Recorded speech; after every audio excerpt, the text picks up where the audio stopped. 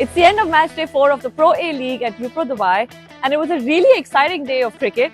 We had 4 teams come here and play, not just for the Pro A League trophy, but also gearing up for the Club World Series 2025. We had the infamous El Clasico of the UAE Indo cricket circuit with the deadly DBMSC Steel playing against the Thambapanni Lions. Unfortunately for the Thambapanni Lions, it was a one-sided game with DBMSC Steel taking all the points.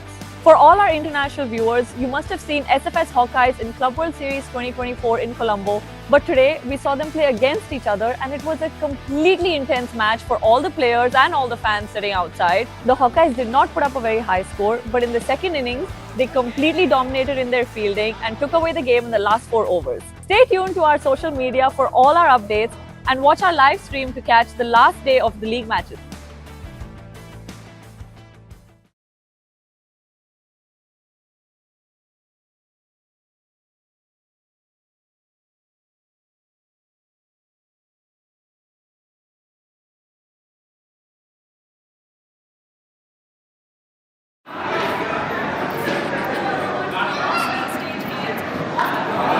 Our first fixture for today is going to be the SFS versus DBMSC Steel. DBMSC Steel is already one of the finalists, but the SFS team needs 5 points to make it into the playoffs. It's a really important game for both of them. Let's see how the toss goes. Heads. Tails. Which calling? Tails is a call. Heads it is. We'll bat first. Before we let you split up, can we have a ball selection, please? आपकी bowling आप देख लो।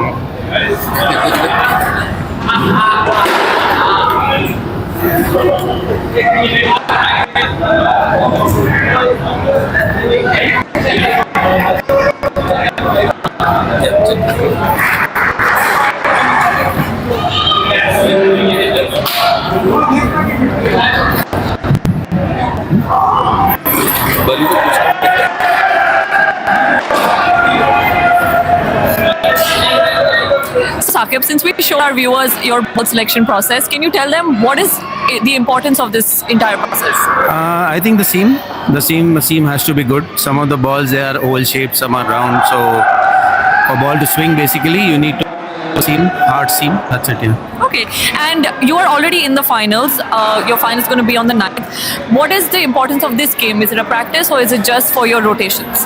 No, there's no game for us such as practice as such. We always play to the serious level always. We have told the boys to take it a little easy. Don't push too hard. Right. But we'll do our basics right and we'll look to win this game. Right. Well, good luck to you. Thank you. Omar, this is a very important game for you. You need 5 points to have a sure spot in the playoffs. What is the team situation like? What's the mentality for today? Last match we lost, which was expected to win. So this is the most important game for us, and we need to win with 5 points. So this match we are playing with a stronger batting side. So we can score a better one. And now since we are bowling first, so our main focus will be to get them out for the lowest score. Okay. And then take it up. Alright, so 5 points means a win and 2 skins.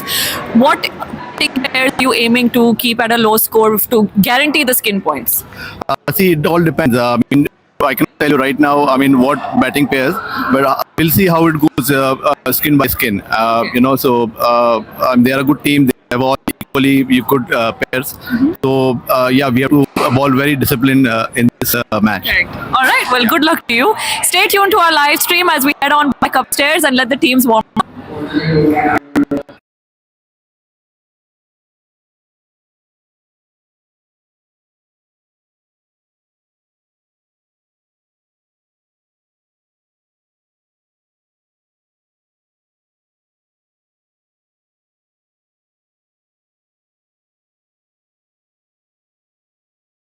It's the end of match day 4 of the Pro A League at UPRO Dubai, and it was a really exciting day of cricket. We had 4 teams come here and play, not just for the Pro A League trophy, but also gearing up for the Club World Series 2025. We had the infamous El Clasico of the UAE Indo cricket circuit with the deadly DBMSC Steel playing against the Thambapanni Lions. Unfortunately for the Thambapanni Lions, it was a one-sided game with DBMSC Steel taking all the points. For all our international viewers, you must have seen SFS Hawkeyes in Club World Series 2024 in Colombo, But today, we saw them play against each other and it was a completely intense match for all the players and all the fans sitting outside. The Hawkeyes did not put up a very high score, but in the second innings, they completely dominated in their fielding and took away the game in the last 4 overs. Stay tuned to our social media for all our updates and watch our live stream to catch the last day of the league matches.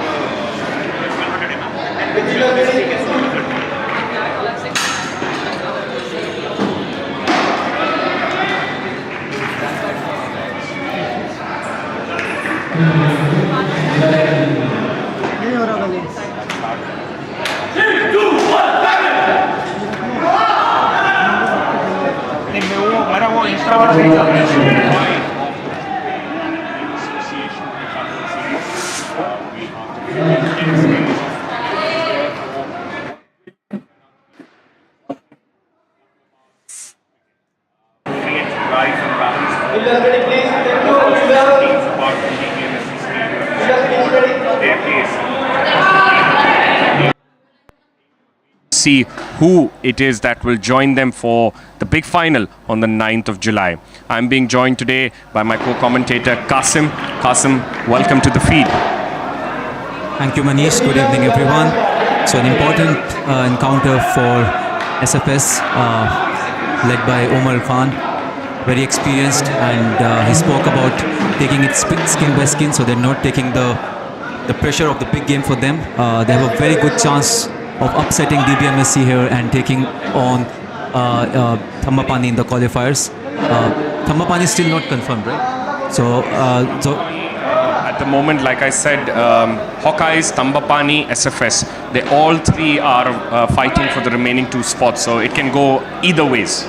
So that makes the next encounter really important as well for Thambapanni. So here we go. Right, so the 2 batters out there, Aqib Malik and Ruwan Chandra, are going to face Hariharan. That's a good start for Aqib Malik. Tapped it onto the offside and an easy 2 there, and gives a strike to Ruwan Chandran now. Harry has started taking the new ball and really started off well in the last game, but in his second over, leaked a few runs. Let's see how he goes tonight. For SFS, it's a pretty clear story, Qasim. They have to win. They have to win to be able to go through to the next stage. Anything less than a win means that they will be eliminated in this first edition of the Pro A League. Indeed, yes. They had a really good chance last evening against Hawkeyes, but I think they could not grab it. The crunch moments, Hawkeyes were a better team in there.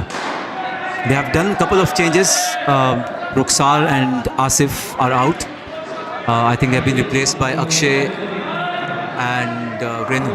Yes, Akshay More and Renu, Rishlin Moidu have come back into the squad.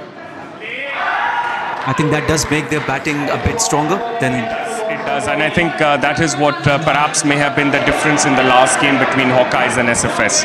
Hariharan has started, he's not really got the line and length right in this spell so far. It's been 4 balls and he's conceded 6 runs. That's a better delivery this time, but unfortunately, not only did he fox the batter, but he also foxed his wicketkeeper and captain Umar Khan.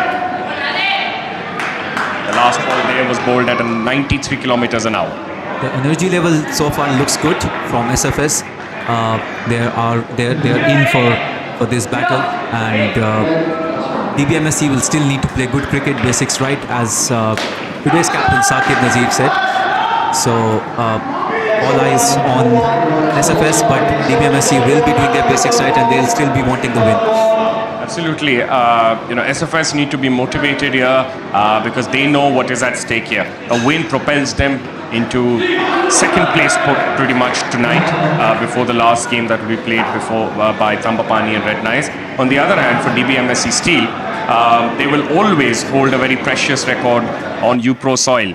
They are undefeated in the last 7-8 years in any competition in UPRO, whether it's United Super League, the Club World Series where they were undisputed champions in season 1, and even this competition so far they remain undefeated. So there's a lot for them to play here as well. Every game matters as they create history here at UPRO. Yes, who doesn't want to keep the records, and I'm sure DBMSC would be wanting to keep it for longer, at least till 9th of July, where we will see them battling it out in the finals. Next over is being bowled by Rishlin Moidu, who's bowling right arm over the wicket. The delivery, no run. Harry on the leg side there, and Shiraz monitoring the cover area, and Harry is on the third line, Akshay More on the third line on the leg side. That's a wide delivery, 92 case there from Rishlin, but not up to the mark.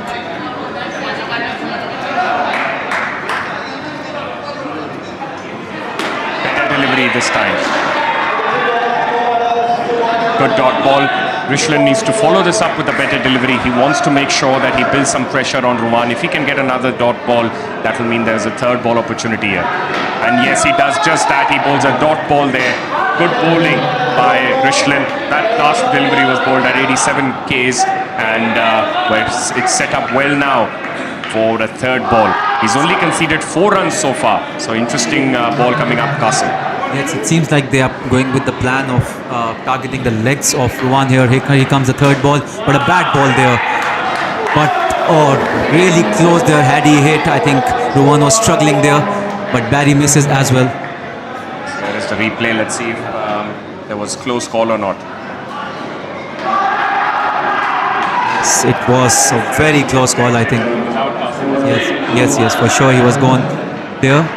Barry needs to make sure that he hits the stump more often because this is a very crunch game for them. Every -5 from here on would be crucial for them, not just for if they want to win the game, but also to get the skins as well. So every skin has to be made sure that they keep it to a low score so that they have a chance at every skin when they come to chase. Yes, it's pretty straightforward for SFS. They've got to win. They've got to win with at least 2 skin points to guarantee their position in the next round. So here it is, Akshay More bowling around the wicket. Wide, and that's a catch. Oh, and look at that. It's a big miss there. Interesting call here by Umar Khan to give Akshay the new ball here in the third over itself. Normally we see him coming later in the innings, but a really good start here from Akshay More. That should have been taken after by Shiraz or Masood. Yes, that's amateur really there by the 2 fielders there. No coordination there, and Umar Khan would have been vindicated with his decision to give this over to Akshay More. Unfortunate there, they lost that chance for a wicket. There's an opportunity, and once again there's a fumble. If this continues for SFS, I don't see them making inroads into this innings, Qasim. They are clearly looking under pressure here. Like 2 chances in this over itself. Akshay is bowling up to the plan, taking it away from Rohan Chandran and bringing it into Aqib Malik. And again another chance there. Well, that looked like the bat was in the air. It looked like the bat was in the air. The replay will give us a better indication here because it looked like to me that it was a close call. But the SFS team doesn't seem very interested in this. Let's see how it goes in the replay. Oh, it does look close again. Does look close. Good ball there from Akshay. Good fielding as well from Harry. I have to admit, Akshay More has bowled a fabulous over. He may have gone for 6 runs, but I can tell you all 3 balls had opportunities that came where runs came off. So it's good to see that this youngster is trying to make a difference here. That's a short delivery there, not the kind of delivery you want to end on. And at the end of 3 overs, DBMSC have raced up to 20 runs. And it's a really good start here now for DBMSC. In a must-win game, a score like 50 to 60 runs would be challenging for SFS. So they have to make sure that they take their chances, even if it's a half chance. They have to make sure that they get those. They have missed 2 straightaway chances in this over, and in that previous over of Akshay Murray, bowled really well. The first 5 balls were up to the mark, except the last one. But bowling against Akib Malik and Ruwan Chandra will be a very different experience for him as well, coming up the ranks.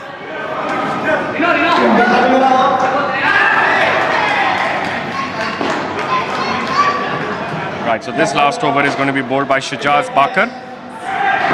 He's going to bowl first up, right arm around to Akib Malik. Good delivery, straight to the fielder, no run. I think 2 bowlers who would have to lead this innings has to be Shajaz and Barry. With their pace and with their experience, they have to make sure that they lift this SFS team up and make sure that the DBMSC doesn't score too many runs. It's a good ball again, but very well played by the experienced Akib Malik. Yeah, I couldn't agree more, Qasim. There's a lot that depends on these 2 bowlers, Shajaz Bakar and Barry Kuna. They've been the pick of the bowlers for SFS, and if they can come good today, that will go a long way in SFS perhaps chasing down whatever total DBMSC set up. That was going away from Ruwan, not given as a wide, rightly so. It stayed inside that line. Here comes Shajaz round the wicket, a beautiful ball, Yorker length. And that's out. That's what we have been talking about. Take your chances, and Harry has hit there. And the first negative of the night, and this could be the start. But Qasim, no matter you picking up 1 wicket, crucial wicket here, mind you, and a good effort there by Harry Haran. But these next 2 deliveries potentially need 1 wicket for SFS to feel like, they've had a good... Any more runs here, 4, 5, even 2 runs for that matter, still will mean that DBMSC have got off to a good start. Yes, and I think another wicket also would just give them that intent more to keep the moment going on. And Shajaz will be bowling the last ball here. 19 runs on the board.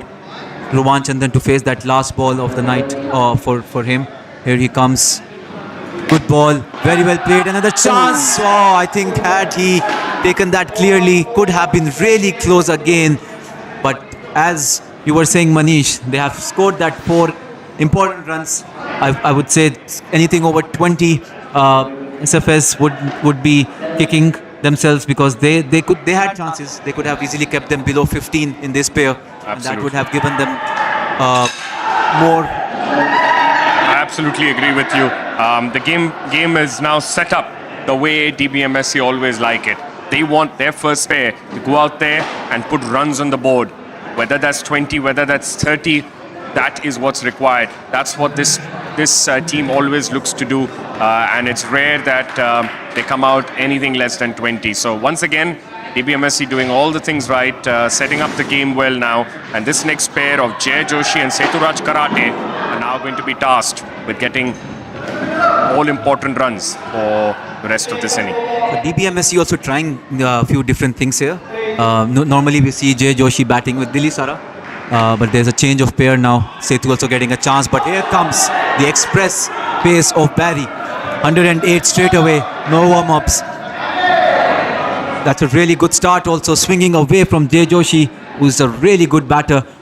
Tried to tap it onto the offside, but completely missed it, and well kept by Umar Khan. He has been really good in terms of keeping. That's close. But good dive there from Jay. I think he was safe. And so Barry is the fastest bowler of the competition, Qasim. He's consistently bowled 124 in each game so far. And he started today with 113 so far off that last ball. Another delivery, this time at 109 kilometers an hour. Barry does require time. He pretty much peaks in terms of his spell when it gets closer to that second over that he bowls. So we are in for a treat. And if he can bowl a couple of good deliveries, swinging away from the batters, there's an opportunity for them to pick up wickets. So no run there, and Barry would like to follow that up with another dot ball to try and build pressure. Jay Joshi is definitely one of UAE's finest batters, elegant, and he's who equally is quite elegant towards. There's an opportunity there, mix up. and he's out. Complete mix-up between the two of them. There were chances everywhere on non-striker and at striker. But I think in the end, Shajaz has still done the right thing. He saw two batters coming closer to him. His natural instinct pushed him to throw it to the wicket-keeper, and I think he should be happy that he still got that much-needed wicket. Now, these two, thanks to fine bowling by Barry, has made sure that they've made early inroads, and this last delivery coming up from Barry, it's got to end well, and then it's going to be important who the next over is given to, because you don't want Barry to start off, give you the kind of start you wanted, and then not follow up with pressure. That will be... Indeed, Manish, I think the end result matters, and they have got that wicket, all important one to start off this pair on a negative. An excellent Yorker there, 114 k's per hour.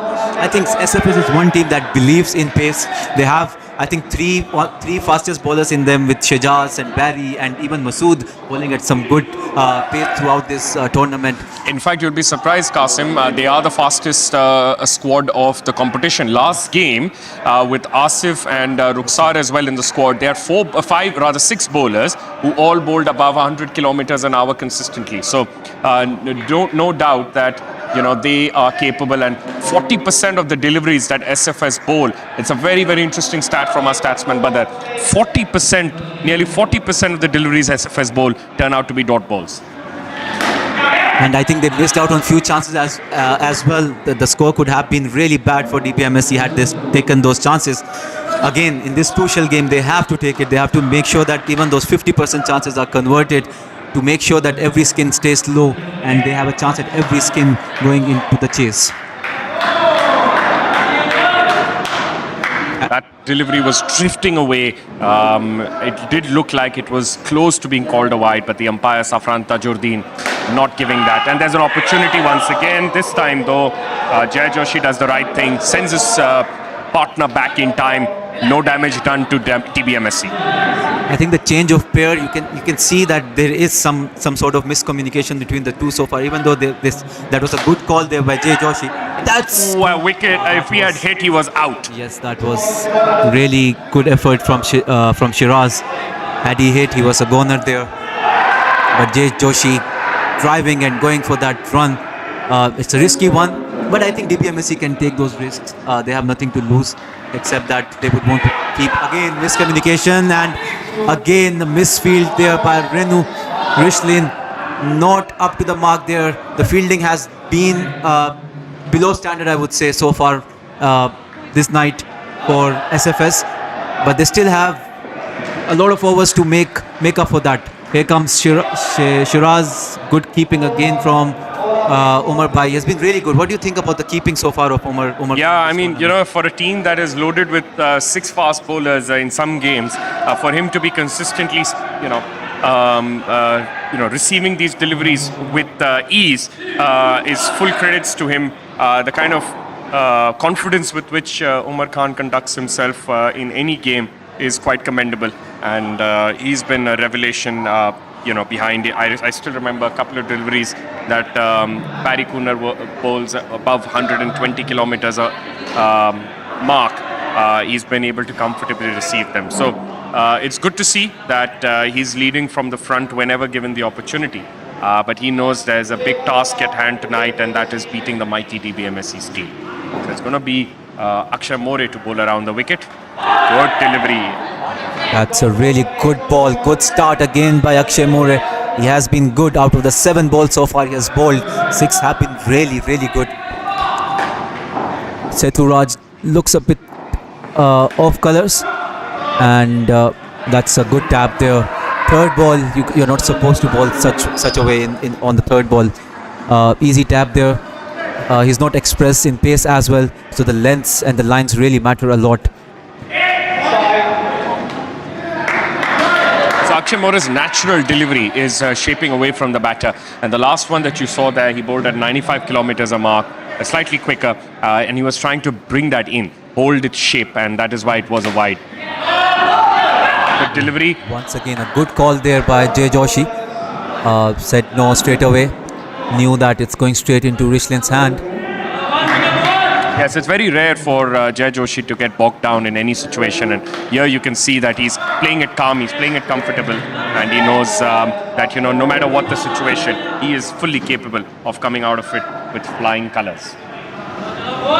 It's really important to keep the shape even if you're struggling, and Jay Joshi doing exactly that, making sure that even if you're not getting those runs, you're still hitting it in the middle of the bat and tapping it well onto leg or the offside. So SFS having a team talk now. That was not a really good over from Akshay. Could have the way he started in that first over, could have done better in this one. But again, the standard set by Jay Joshi, I think that does take an effect on the bowlers as well. So next is going to be Masood, another important figure in this SFS team in the bowling lineup. Express pace, I think is the second fastest after Barry in this SFS team, along with Rukhsar and Asif, as Manish was mentioning earlier. 10 runs in this pair so far of 2 overs. Yes, and this over is incredibly important for Mohammad Masood to make a difference in this game so far. He missed a very easy opportunity, mind you, early in the contest, and while he bowled that slightly short, there was an opportunity, but DBMSC still not doing anything wrong so far, apart from that 1 wicket that they lost earlier in this pair. So SFS want to limit this score to below 10 if they can for this pair. DBMSC on the other hand will look to get closer to the 20 mark. They've already got 3 of the first couple of deliveries, so it's fully capable, these two, to make that happen. Initially they did look like struggling, but they have come back really well and settled down as a pair as well. So 13 runs now on the board. SFS would want them to keep it at least to that same score which they are right now, if not less. But anything more than 15 again would keep SFS under the pressure, because the first skin is already 21. Another 15, another really good tap there by Jay Joshi. Yes, that last one was bowled much quicker there by Mohammad Masood at 113 Ks, and unfortunately for him, it was a low full toss. One of the easier shots that Jay Joshi was offered here today, and he played that with elegance down to the leg side, gets 2 easy runs, 15 runs now, 3 more balls to go in this last over of the pair. Good delivery straight to the bowler, rather to Hariharan, no run, and with 2 more balls to go, this could be an early or rather late opportunity in this pair for SFS to do some damage. So let's see what the follow-up delivery from Masood is going to be like. Here comes Masood, the third ball, and sorry, not the third ball. Now it's going to be the third ball. Another dot ball there by Masood. Jay Joshi has looked class apart, even though he's struggled initially a bit, but he's made sure that he doesn't give away wickets, and he's very easy on the eye. On the other hand, Sethu does look struggling a bit with the pace of Masood. Here he comes now, third ball, very important ball in the context of the game. And very well bowled, but really well played again by Sethu. Gave no chance to that cover fielder, Shiraz. And then an easy 17 run on the board. 38 runs on the board total for DBMSC. And both the skins have made sure that they crossed that 15. And if you look at the graph so far of the innings, the progression, there was a small dip there between the over 3 to 6 towards the end of Aqib Malik and Ruwan's and the starting of Jay Joshi and Sethu Raj, but they've recovered really well after that 5th over. We see that the score, if you look at the batting scorecard, Aqib Malik scoring 14 of just 10 balls. Ruwan Chandran didn't look at his best, but still made sure that he does score runs and scored 7 of 14 with 1 wicket. Jay Joshi 5 of 13, and Sethu Raj, even though he didn't look at his best, but still scored 12 runs of the 11 balls at a strike rate of 109. So good stuff so far for DBMSC. SFS needs to make sure that they get some wickets. It's going to get tougher here because we all know how Nadir plays. He's a really good batter. He puts a big prize on his wicket, and on the other hand we have the all-experienced Saqib. In comes Rishlin, second ball. First was a dot and the second one goes for the 2 runs. 85 Ks there by Rishlin. He's not the quickest, but very smart bowler. Yes, and Saqib Nazir, another left-hander in this mighty DBMSC team. And Ruslan Moidu now is going to have to do slightly different. He bowls a good delivery there. Saqib Nazir waits for it, tries to cut it, but Nadir Hussain doing the wise thing of sending his partner back. So 3 more balls to go in this over, 2 runs only. Another good delivery now from Ruslan Moidu, and with that, we're going to have the first third ball situation of this game, rather of this pair. So it's good bowling here. Saqib Nazir, you expect to come out of this situation unhurt, and that's exactly what he does. No risk. That was a quicker delivery from Renu. Ruslan bowled at 105 k's an hour, and Saqib Nazir enjoyed that bit of pace onto him. So 3 runs on the board, 1 more ball to go. Nadir to face.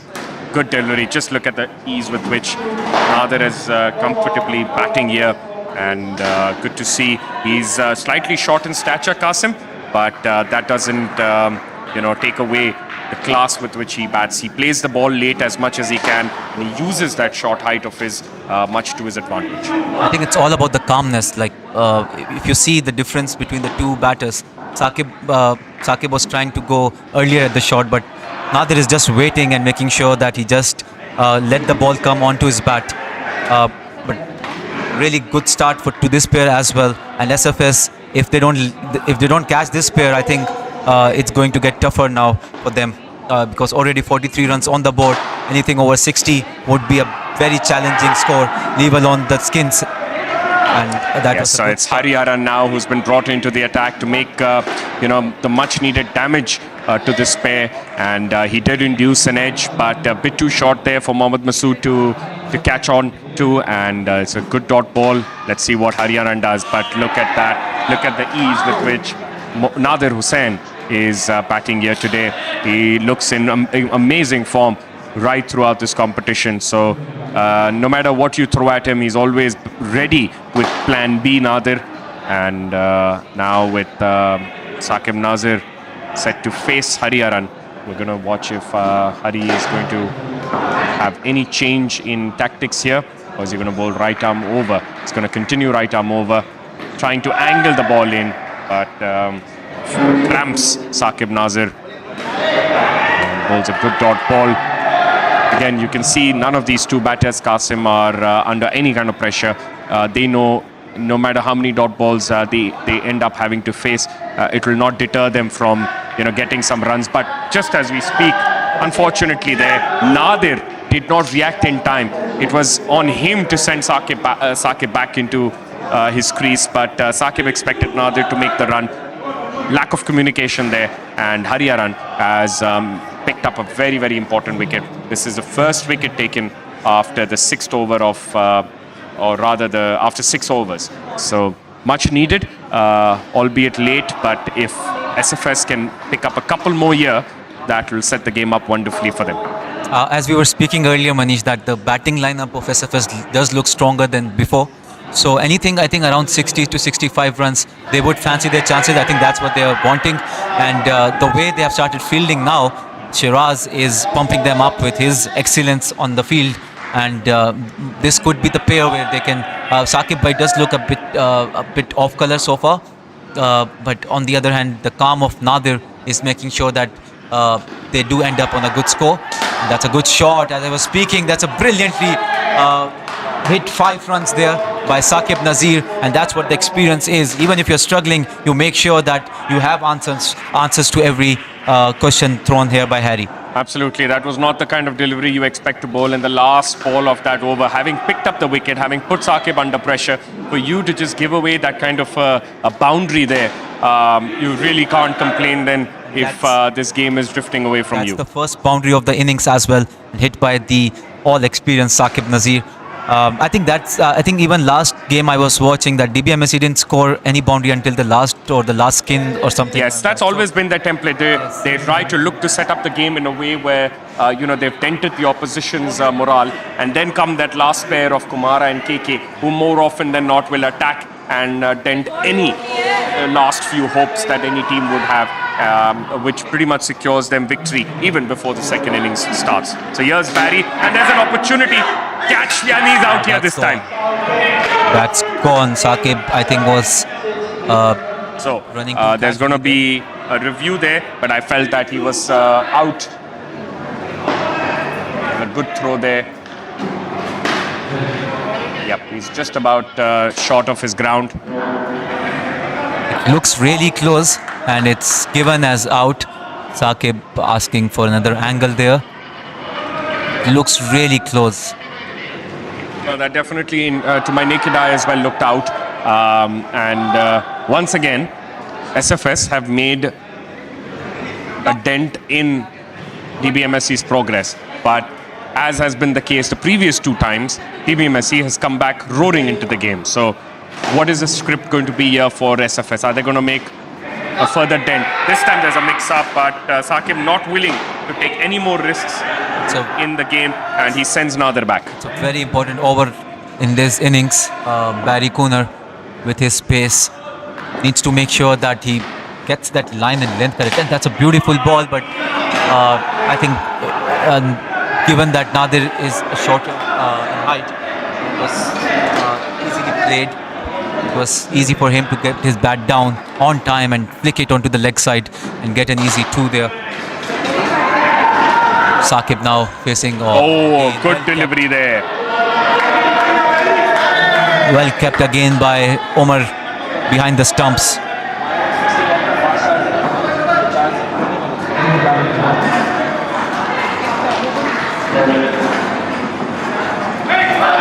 That's a wide ball. And this is Barry's 5th consecutive match in the last 5 days. And I think definitely you can see some fatigue there. Qasim has not been able to reach that 120 mark, which he usually has successfully done. I think with the 2 tournaments running in parallel, the franchise league and the Pro A League itself, it's taking a toll on the players. But that's what makes you a sportsman. You have to adapt. You have to make sure that... No, well, I don't think these players can complain really, because, you know, Qasim, at the world stage, you're expected to play between 7 to 8 games in the space of 4 or 5 days. So what they've really been challenged this week is something that they should be able to get themselves and their bodies accustomed to, because it's what's required from you at the highest stage. So I don't think that these players must complain. Yes, it's tough with working schedules, but it's what you have to pay for in terms of your...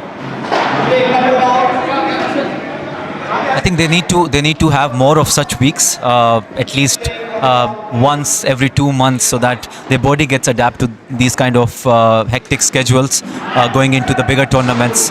I believe even the Club World Series, which is going to take place next year, it's going to be a similar schedule where you play 5 to 6 games in 4 to 5 days. So you need to make sure that you're fit enough for that. And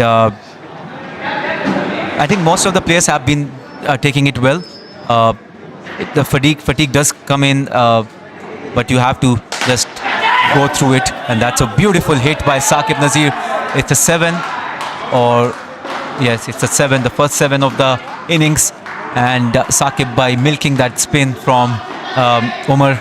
And as I've been saying, every time you put DBMSC Steel into a corner and someone comes back, you know, reaping the trust in the game. And look at that, Saqib Nazir belting that straight towards the bowler. Umar Khan was unable to even get close to that one, and it was 7 easy runs. So DBMSC Steel teams at 56 now. 3 more balls to go in this over. Another easy... Oh, and if he hit, he may have been out, but as things stand, Saqib Nazir has a last laugh, because he's picked up 3 runs there, and already they're racing towards the highest skin total of the game so far. DBMSC Steel are at 59 with 2 more balls to go in the 12th over. The energy levels have seemed to go down a bit as well from SFS. As the score is moving up, the energy is not there anymore, and you see that often when you start off the match thinking of winning and getting those 2 skins. You want to give it all, but as you see that the opposition is well prepared for whatever you're throwing at them, the energy levels seem to go down. But I think SFS should not give up. If they can hold 1 skin here and keep it to below 10 runs and try to chase around 75 runs, I think they'll still be able to get that. 18 runs of the over, most expensive of the innings, there by Umar Khan. And here's the bowling scorecard. So Hariharan picked up one very important wicket. Rishlan Moidu, Akshay More went wicketless. Akshay More bowled pretty decent. Should have had a couple of wickets to his name. Jujaz Bakar picked up one. Barry picked up two very, very important wickets. And thereafter it was Shiraz, Masood and Umar Khan, who've all three been unable to pick up a wicket. Umar Khan there, the most expensive of the lot. So coming in, the last pair of Krishna Chandra Karate and Prashad Kumara. Expect them to attack here today. Masood to bowl first over. Starts off tentatively here, Masood, or rather Krishna Karate. Masood bowling his slower off cutters there, not wanting to give pace off the first delivery. It's going to be interesting to see what variations he's able to bring into this over. Bowling a second ball. This one was quicker, shorter, but batsman up to the mark. Easy pickings there. That one was bowled at 93 kilometers a mark. Masood has been bowling some really good bouncers throughout this tournament. I've seen him bowl one to Rohan Naik the other night. It was a really good one. So he's there. He's up for the challenge, and he wants to challenge the batters. But that was given as a no ball for the height. That's a good ball. Slower in pace. 100 k's there for the standard of Masood. That's a bit slower, but that's the variation which he works around with. So 4 runs on the board of this pair as well. 67 already on the score. Here comes Masood. That's a quicker delivery. 103 k's. Tried to flick it away. Completely missed it. And Barry doing the work there and throwing it back to the back fielder. Yeah, so Qasim here, I think, Masood is going to try the slightly shorter delivery here. But if he errs in length, he might just end up giving a no ball. But he bowls a quicker one. There's an opportunity and he's out. That's definitely out. Good fielding there by Shijaz. While, again, DBMSC have lost a wicket of this pair, they will have enough time to make a comeback in this game unless SFS are able to mount this kind of pressure. This time, Mohammad Masood keeps it straight, bowls a quicker one.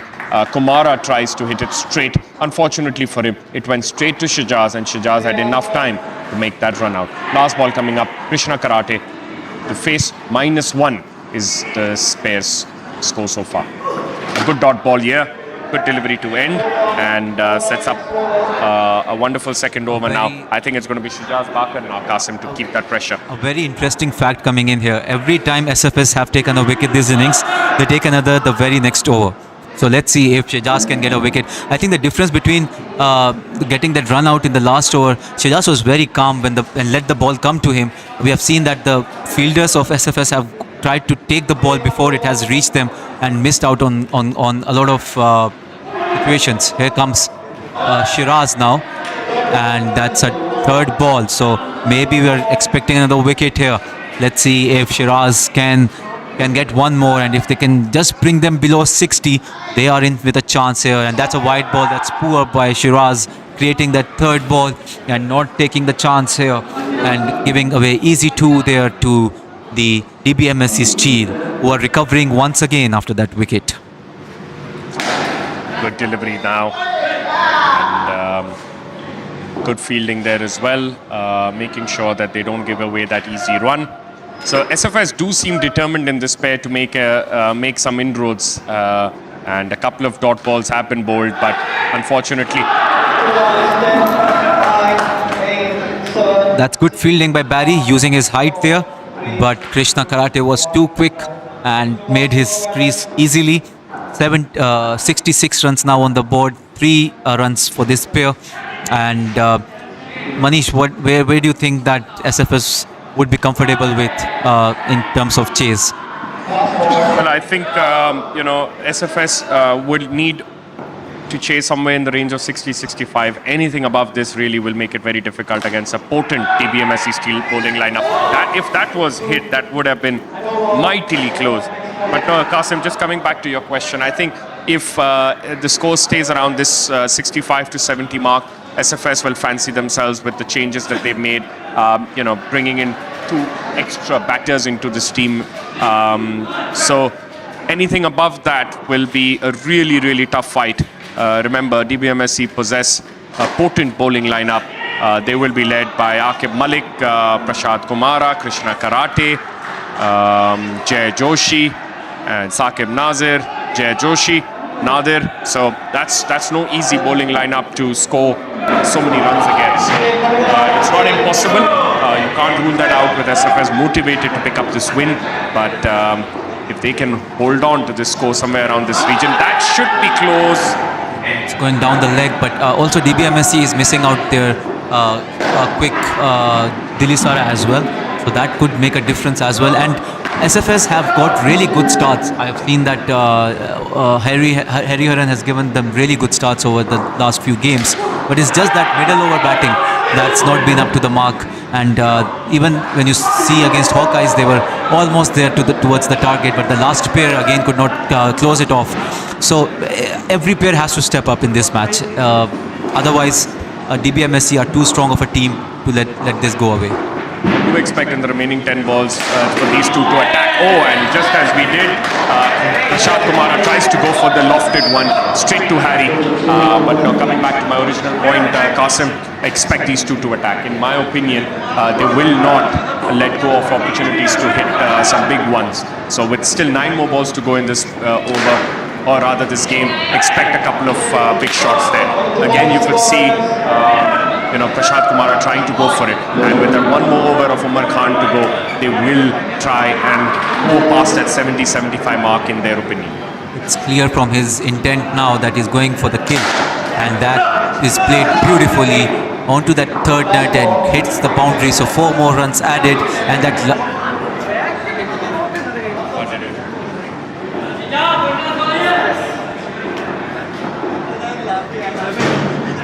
3 runs added, my bad, and that's a good down up onto the leg side, and that's over. I think the most crucial over of the match is going to happen now. If Sahai is somehow able to control these 2 batters and keep it below or around 70, they'll fancy their chances. But if something goes over 80 runs, I think it's done and dusted for SFS. I can assure you, because Umar Khan will be attacked by Muka in particular, and in that opportunity of attacking, they could also pick up wickets there, SFS. So let's see. It's going to be first up Krishna Karate facing Umar Khan. Umar Khan is going to bowl around the wicket in this case. So important 6 overs in the context of this match and tournament for SFS. They need wickets, and they need them quickly now. Short ball, easy pickings, just a 1 though, so limiting the damage to just 1, and it's going to be Prashad Kumara now. He's going to attack. The field is slightly spread, so he might just want those easy runs if possible. But yes, that's exactly what he's doing. He's not going for the big one. He knows that the team SFS are expecting him to go for that, and they've dropped their fielder slightly deeper than usual, and in that process he's done the smart thing of milking the easy ones. Wider one this time though. Krishna Karate getting some easy runs on the board, so they've quickly raced past 75 now. This pair at 12 and 3 more balls to go. Prashad Kumara is now going to face up again. Goes for the big one this time. Opportunity, and he misses Shijaz. If he had hit, that would have been a close one. Let's watch on the replay.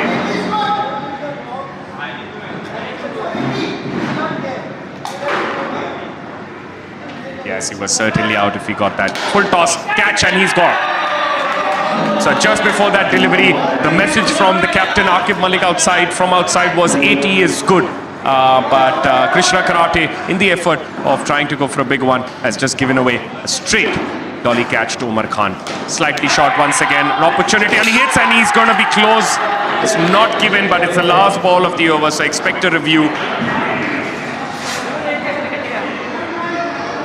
So a lot going to depend on this run out as well. I think he made his ground. Umpire gave it not out. Safran has more often than not been correct, and the original decision stands. 1 more run added to the total, and with that, DBMSC steal, for the first time in this competition, have been restricted to a score in the range of 73. SFS would have fancied a couple of more wickets, but they should not be disappointed with that score because they've set themselves up to try and chase this. Mind you, they need to win this game with at least 5 points, which is 2 skins bonus points and the win to guarantee their spot. On the other hand, if they lose they're out of the competition. If they win with just 1 skin, a lot will depend in the last game between Thambapanni and Red Knights to determine if they will be able to make it. So, in their best interest, they need to win 2 skin points at the least, and they're through to the qualifier.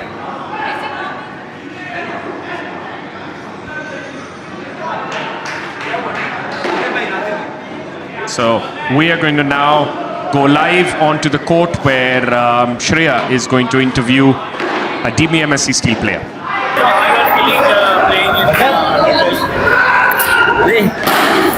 So we have Nadir here with us from the DBMSC Steel team. They just scored 73 runs, setting a target of 74 for the SFS team. क्या लगता है इस target के लिए? आप जीतने वाले हो या नहीं? जैसे कि टारगेट है हमारी बॉलिंग और फील्डिंग, टारगेट तो बहुत अच्छा है और इंशाल्लाह कोशिश करेंगे कि डिफेंड करें और कम से कम वो रोकें इनको। बाकी ये है कि अगर जैसे फील्डिंग सपोर्ट करेगी हमारे बॉलर्स को तो इंशाल्लाह हम लोग डिफेंड करेंगे। तो एसएफएस टीम को 2 स्किन और मैच जीतना भी होगा। कौन से 2 पैर है जिससे आपको लगता है कि आप कंट्रोल करना पड़ेगा, वो स्किन लेके जा सकते हैं? नहीं, हम तो सबको ही कंट्रोल करेंगे क्योंकि हमें तो कुछ ऐसा नहीं है, हम तो क्वालिफाइड ही हैं, लेकिन क्या हम कोशिश करेंगे कि जितने पेयर आए हैं सबको कम से कम पे रोकें हम लोग, हमारी कोशिश यही रहेगी। Alright, thank you. For all our international viewers out there, Nadir represents his team and he has to say that the team is really pumped to control their pair, to control all the pairs and get all the points and win the game. Let's see how the second innings goes.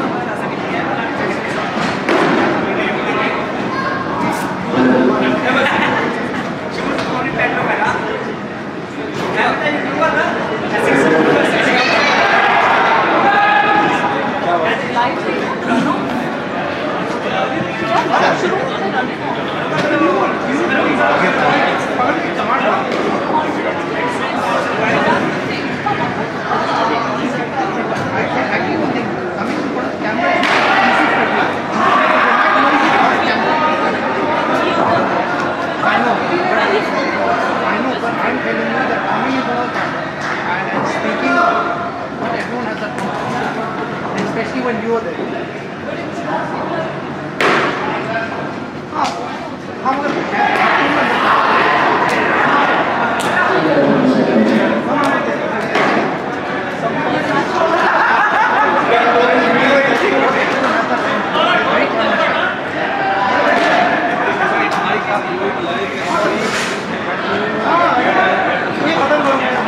Welcome back, ladies and gentlemen, watching from around the world. We're here at the Pro A League in association with the Club World Series. We're in match day 5 in an all-important day where 3 teams fade west in these last 2 games. SFS are chasing 74 rather, to win this game and hopefully make their way into qualifier that is to be played on Sunday 7th.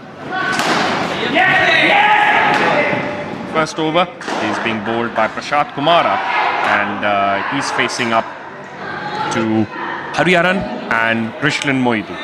That's an attacking start, so the intent is pretty clear from Harry and the SFS that they're going for the kill. They have to win this one, they have to get those 2 skins, and I think they have to stay positive and be aggressive because DBMSC is not an easy team to beat. If you go into the shell, they'll get you, and I think Rishlin is going to be really important in this pair because we have seen Harry play really well throughout the innings. Rishlin's first match, so he has to just adapt first and then make sure that he supports Harry here and get that skin of 21. If they get that skin of 21, they'll be off to a good start, and I think that's what is required here by SFS. That's a very good tap out to the offside, gets 2 more, 105 Ks there by Prasad Kumara, batted in the last pair and then comes on and bowls the first over itself.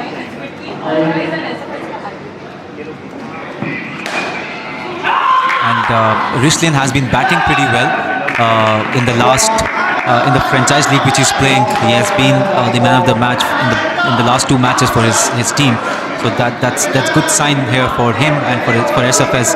So if he bats well with Harry, who again has been batting pretty well in this tournament, I think SFS would fancy their chances here. Yes, and with that dot ball of that last ball, we saw a bit of a fumble there from Jai Joshi, unlike him, which meant that there were 4 runs, easy runs added to the total. SFS had the best possible start after the 1 over. They put on 8 runs with no damage from their opinion. So this pair is chasing 21 for the skin, 22 to be precise, and they've got on to a perfect start of 8 runs, chasing 74 for a win. And it's going to be Ruwan Chandra who is going to bowl slow and canny medium paces. DBMSC is one team that believes in their basics and tries to just do that right and not be very vocal on the field. If you compare them with Thambapanni, where you have that claps going on and everyone trying to cheer everyone up, but here it's just more about calmness and doing the basics right. And yes, I think Qasim, that's a good point to make. I think, and that is the difference really, is each team's confidence and the way they set themselves up to compete. Thambapanni Lions thrive off the energy from their youngsters, and more often than not, that energy reflects in their fielding efforts and them as a unit trying to get the upper hand.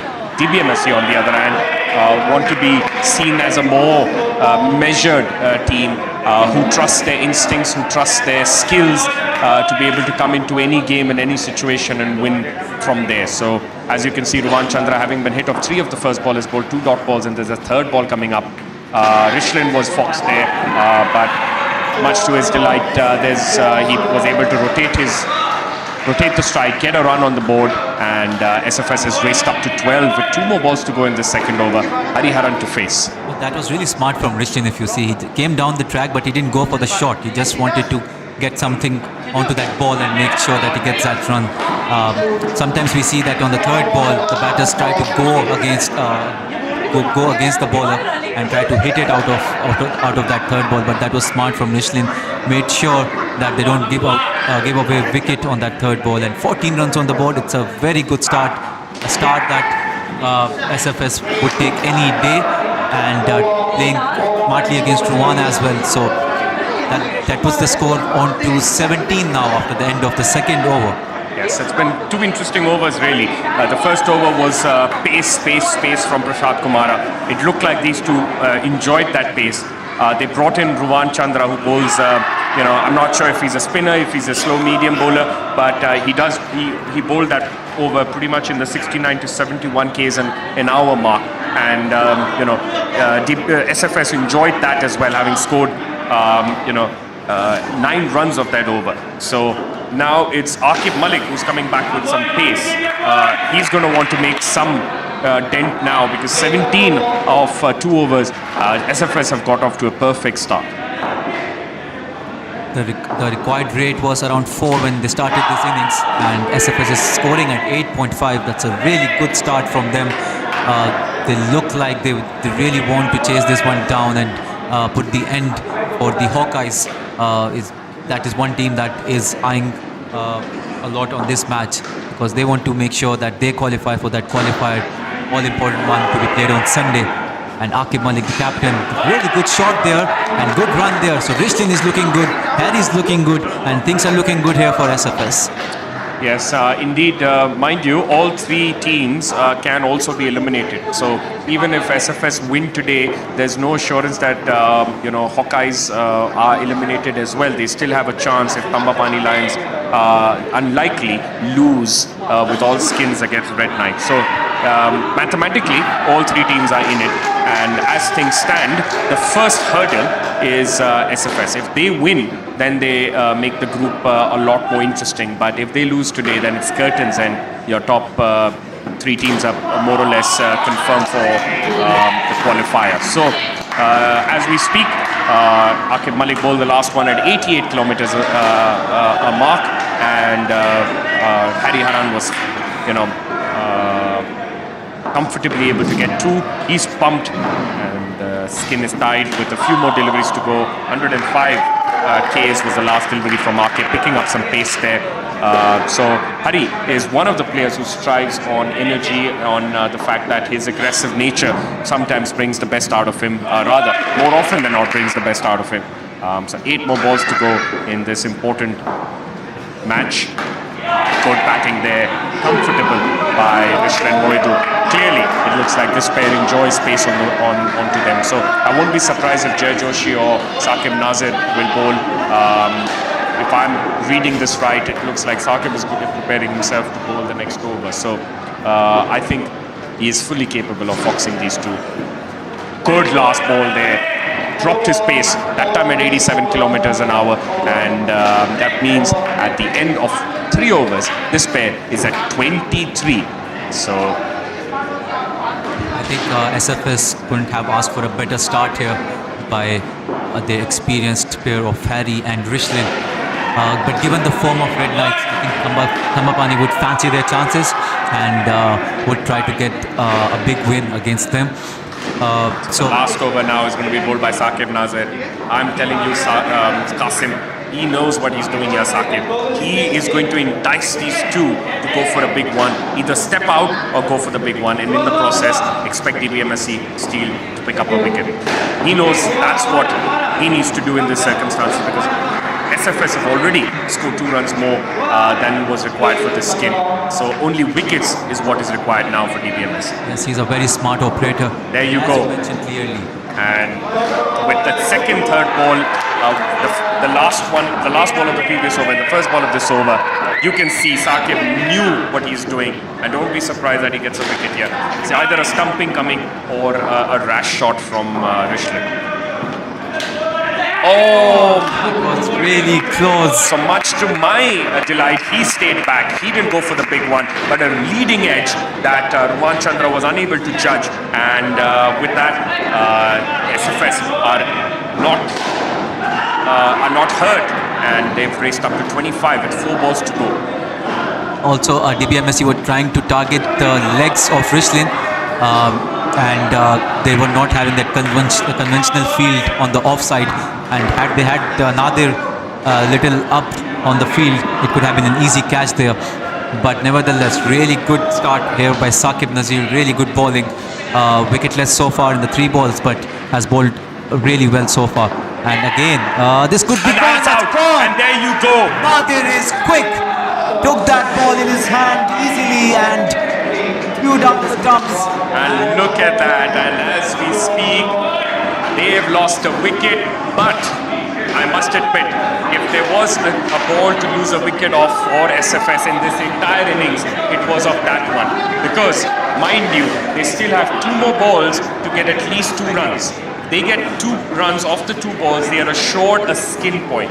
If they get 1 of the remaining 2 balls, that means the skin ties, and the next one, the 17-run skin, is where 2 points will be on offer to either teams. But that was really not necessary there by Harry. They had the skin in pocket, and that was not a 3rd ball as well. Here comes Saqib round the wicket, and that's a good. Oh, had Jay collected at first attempt, that was a goner, and that is not required by Rishlin. You don't need a 7 or a I tell you here, Saqib Nazir has completely foxed Rishlin here. The entire over, he knew what he had to bowl to Rishlin, and Rishlin has not been able to get the runs off. Hari looks slightly more comfortable, but having said that, 1 run needed, they get the easy runs, and that means that SFS have crossed the first of 4 hurdles. Qasim, they've got the all-important skin point, 23 runs. What are you making of this? Hawkeyes are already biting the nails because these two have given the perfect start to SFS. They've won the first skin, 23. They have the next pair of Barry and Shajaz, who you expect to get closer to that 20 mark. They did suffer last game, but with all that's at stake here, I expect them to get close to 20, which will set this game up wonderfully for the last 8 overs. These 4 overs are crucial, but the first point goes to SFS. If you leave out that one bad running between the wickets, I think SFS would be really happy with that start. If you look at the innings progression, it's neck to neck here between DBMSC and SFS. The same point where DBMSC had a dip, SFS had a dip there as well. So the warm looks crawling over each other here now. And again, this pair I think is the most important pair of the night. If Barry and Shidaz can give them a decent enough skin of somewhere around 20 runs, I think SFS is on their way for a win here. It's still too early, Qasim, but and while you never rule out DBMSC skill, not till the last ball of this game, but what I can tell you is there seems to be a bit of frustration on the part of the captain Aqib Malik. He's been disappointed with some of the fielding efforts, and rightly so, because they've given away some easy runs, lost a couple of opportunities as well, and while it's too early to talk about their record being on danger, you can expect this team to make some inroads in this game. So as things stand, these two have gone off to the perfect start that they could have expected. Off the 4 balls they faced, they've scored 7 important runs. So 2 more balls to go in this over from Krishna Karate, and at this stage it's all SFS. Oh, what a good delivery. And he's been given out there. So it looks like there was an unlikely edge. And look at that, Krishna Karate coming up with the goods when required. Bowls a good delivery, good line, good length. Fox is the batsman. And good catch there by Seturaj Karate. And this pair is back down to 2 now. But they still have 1 more ball to go. So if they can get a rotation here, they should still be happy. It's also interesting to see the depth of DBMSC Steel. Kumara is fielding at the third line, and you have Seturaj doing the wicket keeping equally good. Took a brilliant catch there. So that's what makes them a really strong team. They have all the bases covered, and they have a backup for each bases as well. Absolutely. Mind you, there's no Nashwan Nasir tonight. There's no Dilisara Sasanka tonight. So, they are a well-rounded squad. DBMSC Steel. They've lost out on the injured Nazim Nakash, who's out injured for this competition. That talks about depth for them. The new bowler is Nadir. He is a smart customer. Oh, beautiful start here. He's not as pacey as the others, but he knows what he's bowling. He knows what lengths and what lines to bowl to any of the batters. So with just 1 wicket, Qasim, the entire pressure, the entire momentum is now shifted to DBMSC. There's a 3rd ball, full toss. That should be a wicket, and he gets it. It's a very, very interesting decision. He's given it out. It was very, very close. Saqib took a split second extra, but that resulted in a direct hit. So a very, very close call there.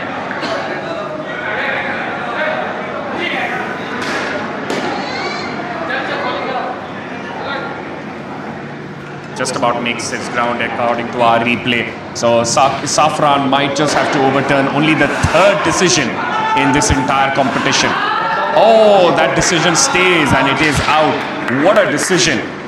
I can see from here the umpire Safran is zoomed in entirely in that frame, and his decision stands vindicated. And well, this pair is at -3, and if they fail to score this skin point, I will call it DBMSC would have won the game. Really good umpiring there by Safran. He took his time. He didn't give it out straight away. Thought about it and then gave it out. But at the end, the right decision is what matters. Oh, that would have been really close. Had Rowan hit that one. Mrs. Barry was very slow getting into going towards the striker's end. And as rightly mentioned, I think if they lose this skin or they don't score much in this skin, I think it's done and dusted for SFS.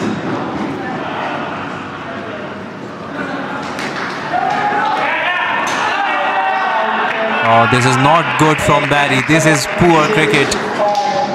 First, a full toss hit straight to fielder, and now trying to completely lost the plot here, Qasim. And I think this is a game set match with this wicket, in my opinion. It becomes incredibly incredibly difficult now for SFS to be even close to winning this game.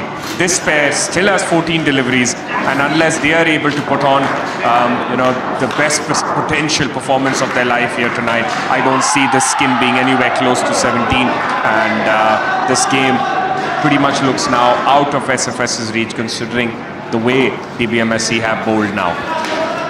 And again there's a mix-up, and again no run. This pair, a couple of matches, the first and second match batted wonderfully well. They struggled the last match, and I think one of the reasons for their loss last game was this pair. And once again today they've come out and they've lost 3 wickets already. And one more chance for a run out, but this time Barry makes his ground. Manish, do you think that Shejaz and Barry should be the one ending the innings, given that nature, given their nature that they're more aggressive in their approach? Had someone built on the score that was provided by Harry, taken it to the last skin, wouldn't that have been better for SFS? Yes, I can't deny that. That perhaps they've gone with the same tactics as they went with last game, and in the process, no surprise element on their part. DBMSC know what to expect from SFS, and it might have been a good call for these two to have been kept for the end, because had they needed 30, 25, anything around that mark, they could have pushed. I think it's more about the clarity in mind. Like if something more than 20 is required, you go for the hits. That's very clear. But now expect a little bit of attacking instinct here from Jay Joshi comes round the wicket, balls yeah. against. I think you can expect Shejaz, he's going to go for the big one. If he feels Jay Joshi is bowling a low full toss, or he's going to try and convert a loopy delivery to a low full toss, and he's going to try and go for the big one now. There is no other option here, but this time short, and that should be out. Oh, that was brilliant fielding there by Ruwan Chandra, but Krishna Chandra Karate wasn't ready to receive that opportunity. He was miles out of his ground. It was a shorter delivery, but good fielding there from Ruwan. 4 more balls to go in this over. Recovery needed here for SFS. Good delivery, dot ball. Barry complaining, but I don't think that was a wide. Good delivery there by Jay Joshi.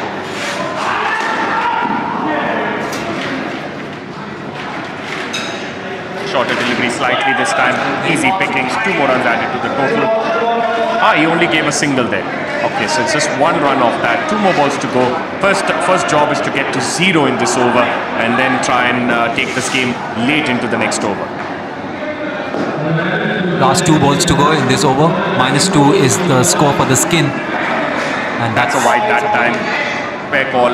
And they've reached that 0 mark once again. 1 more ball to go in this over. 7 balls to go in this pair. They've got to try and get at least close to 35 if they can at the end of the 8th over. Slightly short, easy pickings there.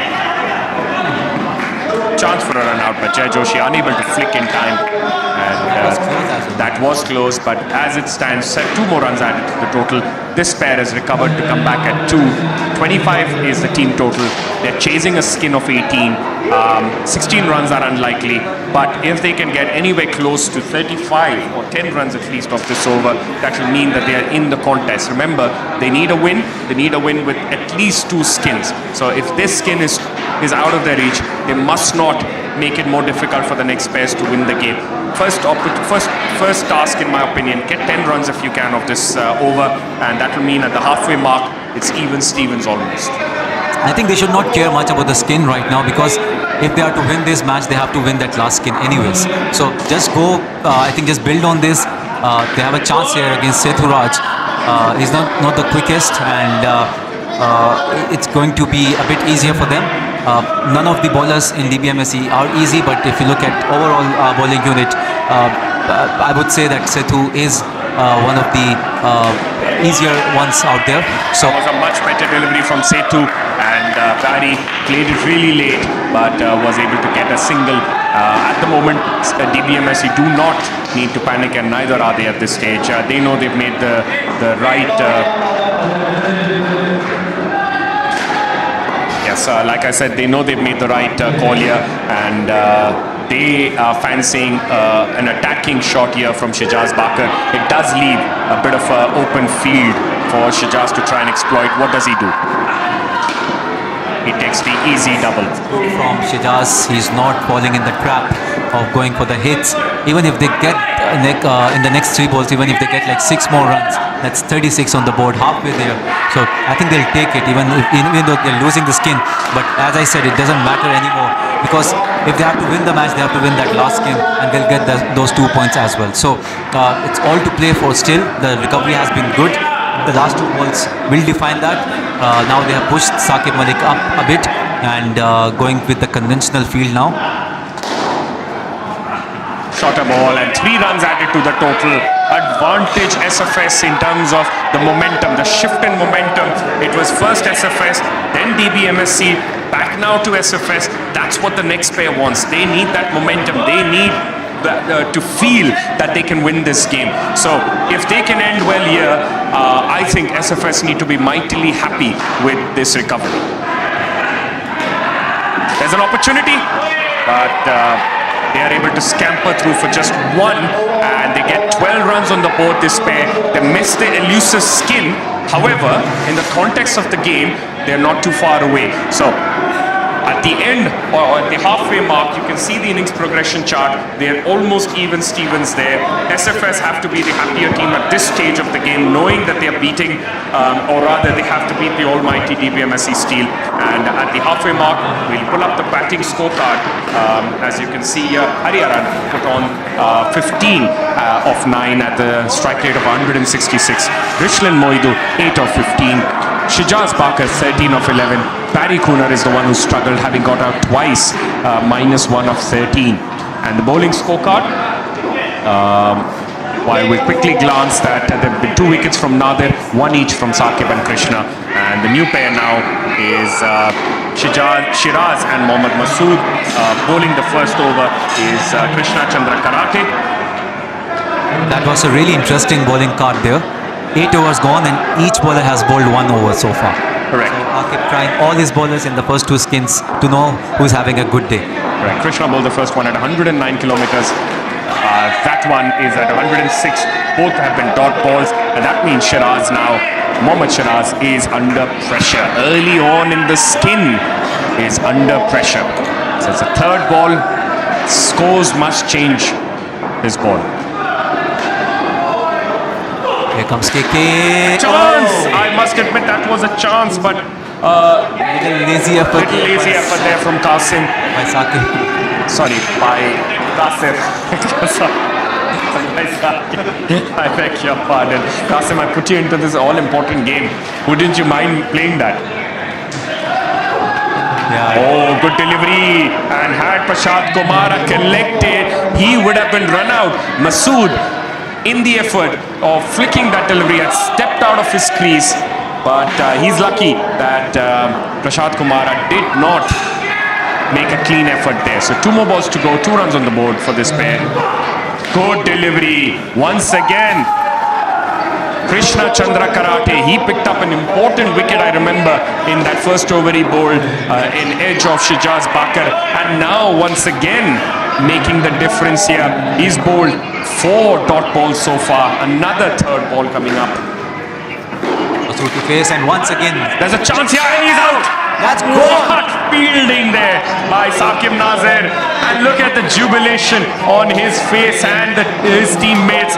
They know they might well have made another very timely wicket there. We felt he was lazy earlier in that over, but look at that this time. There was this easy chance in the end for him. Look at that, all the time in the world, and he gets him out. All about experience. He knew where he was standing, he knew where the stumps are, and without even looking, he has put those stumps down. Doesn't matter he was lazy or not. He has made a big difference here in the context of the game. And once again, I don't feel SFS can win this skin if anyways, but they have to make sure that they build on that score, get to somewhere around 45, 50. I'd say 50. If they can get to 50, then the game's interesting. So 18 runs of 3 overs. If they can run a ball here, right, so that's a 9-touch no ball there. Unlikely. We've not seen any line touch no balls of this in this tournament, to be fair. So rare error there on Rohan Chandra's part. For SFS though, 2 easy runs. So they need run a ball right now, in my opinion, to try and be in this game. If they can make that happen, then it sets the game up wonderfully for their captain Umar Khan to come out with Akshay More chasing close to 25. So if they can come back 16 runs of 16 deliveries now, shorter ball, easy pickings, but just a single. Also, Umar Khan is making a habit of being there at the end in the crunch moments for himself. We saw him winning one of the franchise a match by hitting a last ball 7. So I think he'll fancy anything around 20-25 runs in the last skin. But for that, these two batters have to play really well and make sure they get to that 50-55 runs mark, so that they don't leave too much for that last pair to take. Yes, absolutely. I think the game is equally in the balance now. Both teams can win this at this stage.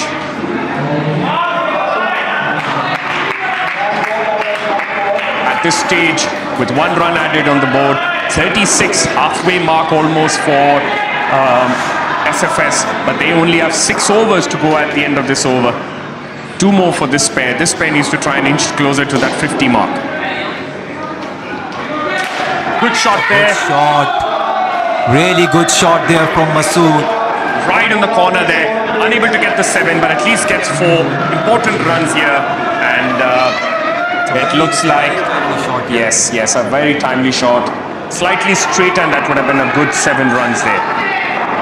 So it's going to be Nadir Hussain to bowl his over here. Tactics are pretty straight and clear forward from DBMSC and their captain Aqib Malik. They're going to try and bowl the slower cutters and expect that between Shiraz and Masood, one of them is going to try and go for the elusive 5 or 7 and in the process give away a wicket. So Nadir Hussain to bowl. At the same stage, DBMSC were around 45 runs, and mind you, they didn't bat well in the last game. So I think SFS are on the right track. They just have to make sure that they just keep going and don't give away too many. At the least of these 11 balls, they need at least 8 runs. And if they can limit the damage, no wickets, then you expect them to be right in the context at the end of this over. So once again, we are seeing a good comeback by the pair. In the last one, Shajaz and Barry, they didn't start over well in the first 2, but came back strongly. Here we are seeing the same way Masood and Shiraz were struggling a bit at the start, but now they have recovered really well. In the last 10 balls, even if they get that 10 runs, they're at 53 with 20 left in the last game. Good dot ball there. Brilliant bowling. Like I said, the slower cutters that Nadir is known to bowl, they're trying to set these batsmen up for that one, and that time Mohammad Masood was up to the mark, not giving away his wicket. Plays a good dot ball. Another slower one, this time to the gap, but once again a dot ball. And there's a fumble, and that means that they've crossed for a run. Jai Joshi not having the best of days in the field. Very, very unusual on his part, really. He's given away a few easy runs, and there once again what should have been a 3rd ball situation has turned into a single. That was a really bad throw also on Aqib Malik. And but also had Jay hit that stumps, Masood was out again. So Masood has to try to get to that strike quicker. That's a good what a shot there! Brilliant shot! 5 runs added to the total. Mohammad Shiraz hitting it right when it was needed, and DBMSC Steel now are put into a corner with 1 more over to go in this pair. This pair needs 12 to get the skin, but anything above this score now will mean that they set up the game wonderfully well for their captain Umar Khan to walk out with Akshay More to try and push for that elusive win, because a win here will mean that they will go through to the qualifier. Mind you, DBMSC's fate is sealed. They're going to be table toppers irrespective of this result, but they have an undefeated record in UPRO to try and defend. So with that boundary that Mohammad Shiraz has hit. It's once again Saqib Nazir who's coming up because he knows at this stage he's the one who can make that difference with the slower ones and entice these batsmen into getting wickets. Every time that they've needed something in this game, Saqib Nazir has delivered. Can he do it in these 6 deliveries? Oh, that's a brilliant start. Another attacking shot, and Shiraz is upping in the ante here. He seems like he wants this skin point. He's added very, very important runs. Their team, SFS, have moved up to 53. This pair is at 18. They need another 8 runs to win this game. And even on the progression, SFS are ahead. And that's well played by Masood. He doesn't have to do anything silly from here on. Skin doesn't matter, I think. They have to go for the game. Even if they go for the game, they will get that last skin for sure. Yes, this pair has hit the most boundaries today, as told to us by our production partner BQ Sports and their statistician Badar, who's brought all the exciting elements into the game with his graphics. Saqib Nazir bowling the 3rd ball. Oh, another dot ball, and a very, very important 3rd ball coming up for both teams. Saqib Nazir is called on to bowl this over to get a wicket. On the other hand, Masood, in the context of this game, cannot give away a wicket. A single is good. Anything above that is called in for, and this time he steps down, looks for the gap, gets the gap. 2 more runs added to the total. Skin is up to 20. 2 more balls to go. Is Shiraz now going to aim for that skin? If he gets 5 or more of this ball, that will mean that SFS are 1 step closer to the qualifier. No, he looks to just play it away, and sensible here from Shiraz. He knows the skin is not what's important in this stage. Keeping this score, maintaining this score is what's more important. And at this stage, 19 runs to win when the last pair walks out. What is going to happen in this ball? Is Shiraz going to play it away for no run, or is he going to try and look for a couple of runs here? Saqib Nazir bowling an important last ball, and they go for runs. They get 2 runs, and that means that at the end of that over, this pair has scored 22 runs. Mind you, Hawkeyes' fate is now sealed of these last 4 overs. These last 10-15 minutes are going to determine whether Hawkeyes will make it to the qualifiers, or will SFS, led by their captain Umar Khan walking out to bat with the inexperienced and young Akshay More, be able to get these important runs. They need 17 runs, Qasim, to not just win the game, win the skin, but also secure their spot in the qualifier on Sunday, 7th July. Qasim, give me your take.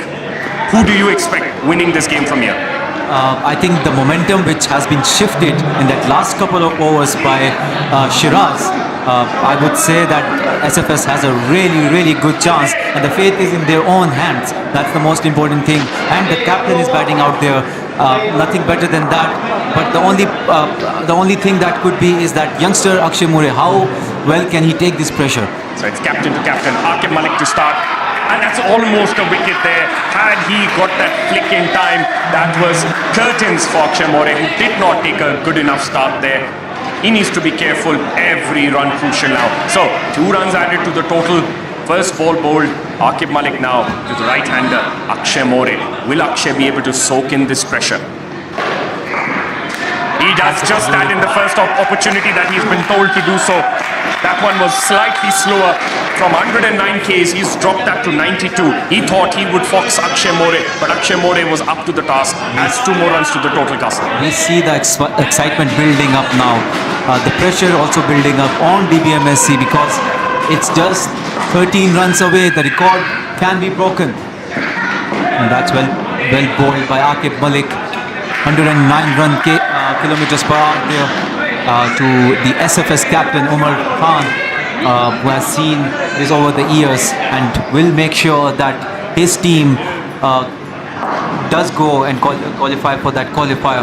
Here comes Aqib Malik. That's a bad delivery. Aqib Malik, that's not what you need to do at this stage. You need to keep it straight, mate, because if you can keep it straight, I'm sure that there will be opportunities. Remember, Umar Khan is slower in running between the wickets. The front 3 of Nadir, Ruwan and Seturaj are capable of getting run-outs. Another bad delivery, but this time, no damage done to the score. So, a dot ball, 1 more ball to go. They've raced up Qasim to 6 runs of that over, and this game is set up wonderfully well now for the remaining 19 deliveries coming up. Yes, Aqib Malik bowling the last ball, and I think Umar is doing the right thing here. He's not trying to hit Aqib Malik. He's not trying to do anything silly against him, because he knows what kind of a bowler he is. They have 3 more overs now, and I think one of them would be bowled by Jay Joshi. One by Setu Raj, and one now by Prashant Kumara. So pace in this over, and the next 2 overs are going to be slower deliveries in comparison. So my analysis tells me that Umar Khan wants to take this game deep. He doesn't mind if there are single, doubles or dot balls in these overs. He knows he will get the opportunity to attack when required. So he wants to take this game deep, and that means at this stage, with Prashant Kumara to bowl, he's going to try and want to make sure that there is no damage in this over. I think they just need to see off this over. If they are able to see off this over without much damage, Yes. I think SFS are on their way into that qualifier. Absolutely, and look at that first ball, full toss there. Akshay More picks up 2 easy runs, and the pressure now clearly and surely on the faces of DBMSC Steel. Mind you, This is a big match here for Akshay More as well. once again, what a brilliant call there. He hit a good shot there, Umar Khan, but he wasn't enticed into the run. He is keeping his calm here. Everything depending on these 2 right now. He looks really calm, which is good for SFS. He's not going for those Wrong end, runs. wrong end. Wrong end, and then gets a 2, or that's a 1. That was 1, I think. Aqib Malik needed to throw on the non-strikers end. Remember, Umar Khan slightly slower off his blocks in comparison to some of the younger players. If there is an opportunity for a run out, Aqib Malik needs to focus and get the ball onto Umar Khan's end. We're just 8 runs away now. Here comes Prasidh Kumara. Oh, what a beautiful tap. shot there This is by really Akshay good by More. Akshay. The young Akshay More called into action here. He did not play the last game when SFS lost. It brought him in purely for his batting skills. So far, he's delivered with flying colours. But 2 more balls to go in this over. Good bowling, and equally well batted there by Umar Khan. He is not getting carried away here. He's doing all the basics right, and with 1 more ball to go in this over, Prashant Kumara needs to deliver. The best thing so far, what I see, is the calmness on Umar Bhai's head. And last wicket fell in the 9th over. 9th over was the last wicket. Wonderful batting and spirit shown here by SFS. One side, we said Saqib Nazir has been displaying his experience, but what about Umar Khan here? He went for runs today, but he's come out here with a clear intent, and he knows what is expected out of him. Now, with Jay Joshi to bowl this over and Seturaj Karate to bowl the last one, this game now looking in SFS's favour. Absolutely. If they lose it from here, it will be entirely their mistake, because they have set themselves up for these 12 balls to get only 6 more runs to win. So it's Jay Joshi now. He's going to have to bring in all his experience here. Another very interesting fact And he's so out. far. As Badr spoke, that the both remaining overs, the bowlers have been wicketless, and here comes Jay Joshi and gets that wicket. That's what sets apart the DBMSC from all other teams, that none of them are the weak links, and Jay Joshi bowling smartly there to... But nothing lost here, Qasim. I can tell you there are still 11 balls to go, 11 runs to win, a couple of rotations here. If Akshay More can keep us calm, he's lost a wicket there, I understand, but he knows he needs to restart now. He doesn't need to score runs immediately. If he can play this patiently, look for the runs when the opportunity comes,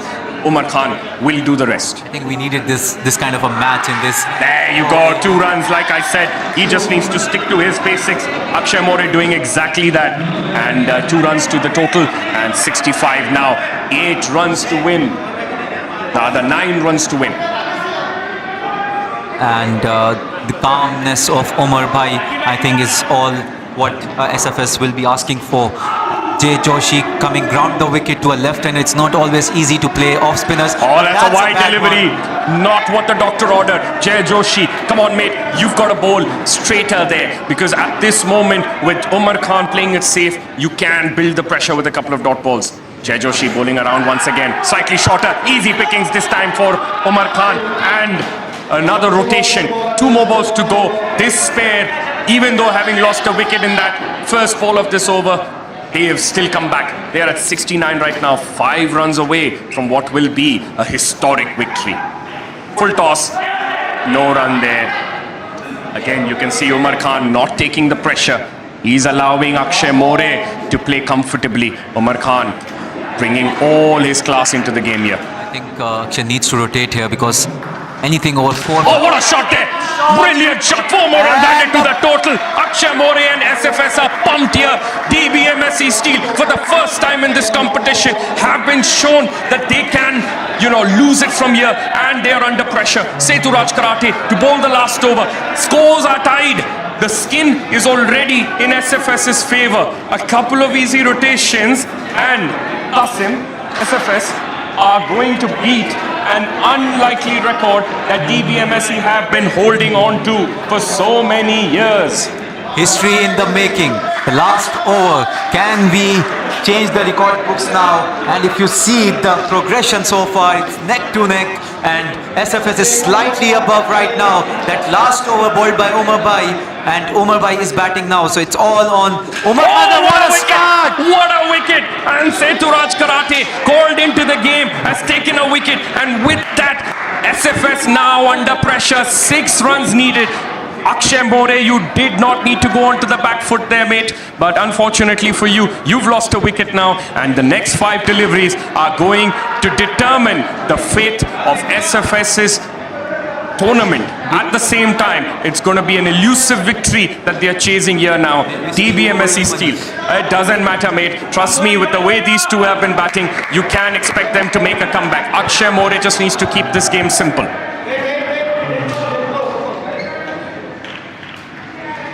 So that was a good ball actually, but it's called a dead ball. I think someone was not ready at the back net. I think if that ball was any indication before the umpire called it stop, Akshay More is not looking to push the ante yet. He knows he can take the game deep. Full toss and mix up, but no run. No run. Dot ball, 4 balls to go, 6 runs to win anyone's game from here. The skin point is secure at the moment, but that will not matter because SFS need this win. So some wise words being given there, or advice being given there from Saqib to Seturaj Karate. Seturaj Karate has 4 balls to go and 4 very, very important balls for DBMSC Steel. Shorter ball, easy pickings, but just a single there, and that will mean that Umar Khan now has to push the ante. With 3 balls to go, they need 5 runs to win. So if it's a draw, are we going for a super over? If it's a draw, I think the game goes in favor of SFS because they get 1.5 for that. They get the skin, which means they'll be 4.5 points. They'll be at 12.5. So while we did not expect a draw, that still secures them next stage. And he's out. That's not game good. over. That's not good from Umar. He didn't have to go. I think he should have just gone for the rotation and let Akshay hit that next ball, but he instead went for it, and I think the doors have been closed here by Seturaj. We were not expecting him to be the hero. He's the unlikely hero for DBMSC, but much deserving. Remember, all that pressure was on him. He delivered with the ball, delivery of the first ball, got Akshay More, and now when it was important, he bowled just the right delivery for Umar Khan, and Umar Khan was foxed. Now, there has to be a 7 or a 5 or a 4 of this ball, because if you don't get something of this ball, it's pretty much game over. Aqib Malik there already giving credit to Akshay More for the way he's batted. The game is pretty much sealed in my opinion for DBMSC, and it'll be curtains for SFS unless Umar Khan can get something big off this ball. What we have been speaking, that difference between DBMSC and all other teams. And that's game over. Game set match. Seturaj Karate, you my friend has been the man of the match here. You picked up 3 wickets. Look at what this means to Aqib Malik. He knows when all the cards were against them, they delivered. And Seturaj Karate, hold your head up.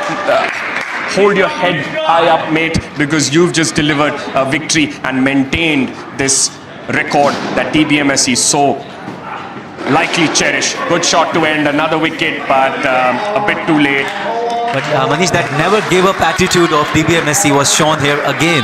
The game was won, really. Yes. The game was won by SFS, but they just gave it away. I think, while you expect SFS,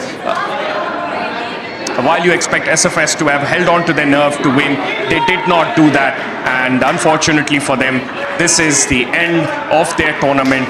SFS can hold their heads up as well, because from an unlikely position, they still took this game right in to the last 2 balls of this match. So with that, our top 3 are confirmed, while DBMSC still maintain their unlikely, or rather their beautiful record of being undefeated.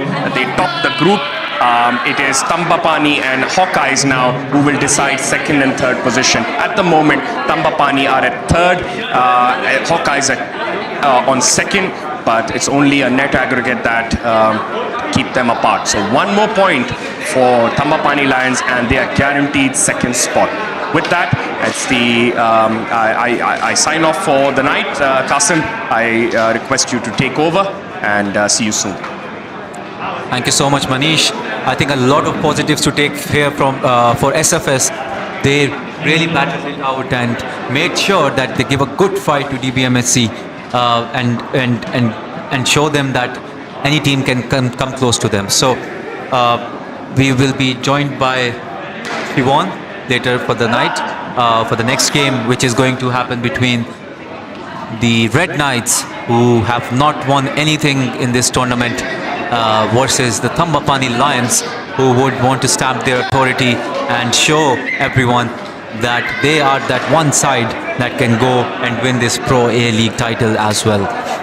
Thambapanni, which is led by Rohan Naik, who is doing some warm-ups now. They have Akhil Karkera, they have Zedi, and a very good keeper in KD, Karthik. They have also one of the best backnets, Prem Vyas. So a very, very formidable lineup. They have the youngsters, Arjun Manohar, one of the best fielders as well. So I think Thambapanni would be just wanting a good win here, so that they're confident going into that qualifier against the Hawkeyes, who have qualified now along with Thambapanni, and the table toppers, DBMSC Steel. I think Wasim Zahoor is in instead of Andrew Paris for this match. The experienced Wasim, a very good cover fielder. And I missed out on Suhail Qazi, one of the best leg fielders, or I would call him the best leg fielder in the country. So we have Siwan joining us now.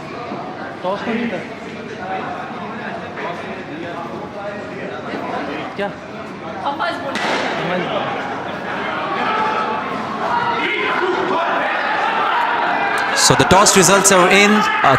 Because the match was really exciting, we didn't want it to shift into the toss. Thambapanni is bowling first in this crucial, not a crucial encounter anymore. It could have been very, very crucial for Thambapanni had SFS beaten the DBMSC. But nevertheless, they would want to play firstly to come 2nd in the group, and then for the pride as well. Aman Agarwal, you can see, is one of the upcoming stars when it comes to batting, especially going out there for some warm-ups, I feel. And or I think he's opening up with Abdullah Butt, the new recruit for Red Knights.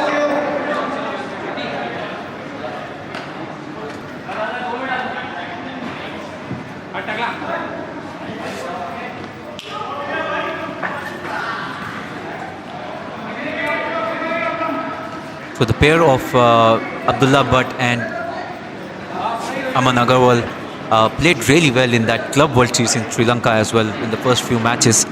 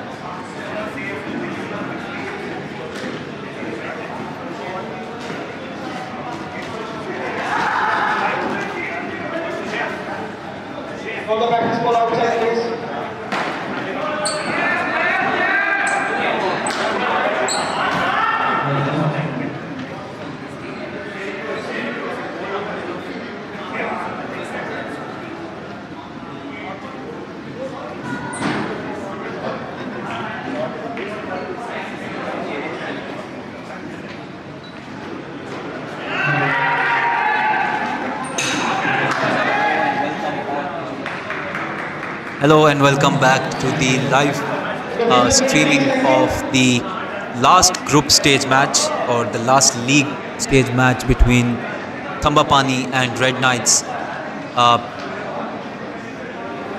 We saw a very close game between SFS and DBMSC Steel, where the result favored the DBMSC Steel, but SFS gave it their all and made sure that we gave a good fight to DBMSC Steel. The results, the three teams have qualified. DBMSC Steel will lead the league stage table. Now Thambapanni, if they win this one, they'll be the team that will finish at second, and the third would be the Hawkeyes team. I've been joined by Siobhan from UPRO, and welcome Siobhan, it's your first time here communicating with Pro A. How has your experience been so far in the tournament? You have been playing for Hawkeyes as well. Your team has qualified. Congratulations for that as well. Hi Kasim, yep. So talking about the tournament, yeah, we struggled a little bit in the first two games, but we managed to come back in the last two games, and finally I think, according to the table, I think we are into the qualifiers at the moment. So hopefully we go well in the qualifiers as well. So look into this game.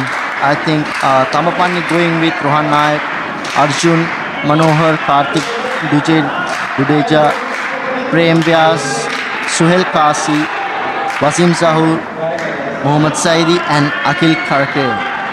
And looking at the Red Knights, it's Mehdalal Sinavas, Kunal Lachani, Hemant Chandran, Aman Agrawal, Ankit and Nishant, and last Abdul Bak. Yeah, Abdullah missed out on the last game due to a small injury on his finger, but he's back now with the Red Knights. And as I was speaking earlier with Manish, Thambapanni teams thrives on energy and with their claps, and they want to build the pressure on with the noise, and that's what you see here. Suddenly the whole court is noisy and with the claps of Thambapanni.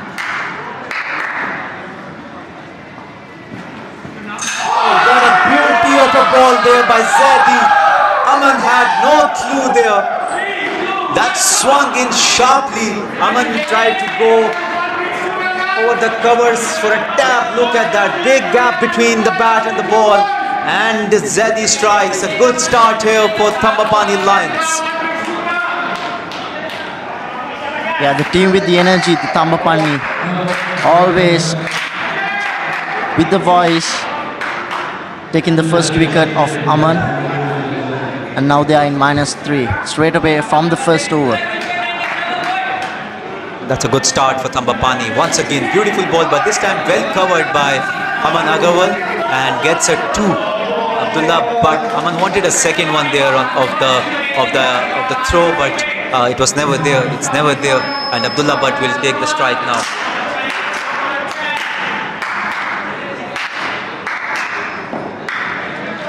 In the first ball that Zadi bowled to Aman, where he got bowled, it was like Aman bringing the bat from outside the fourth stump. And this one, he covered the swing well and tapped it onto the side, and that's good bowling really by Zadi, targeting the legs of Abdullah Butt, and tried to flick it, but completely missed it. Hit the foot and couldn't do much about that. Coming in, Zadi bowling the last ball once again. That's a good shot because he maneuvered the swing well, and they get a single. So they're 0 after the first over. Nevertheless, a good comeback in that over by the two batters.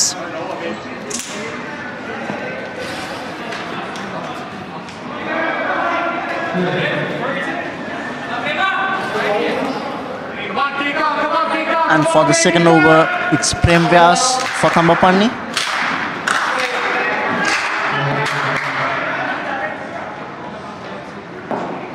On the run, first ball on the leg side.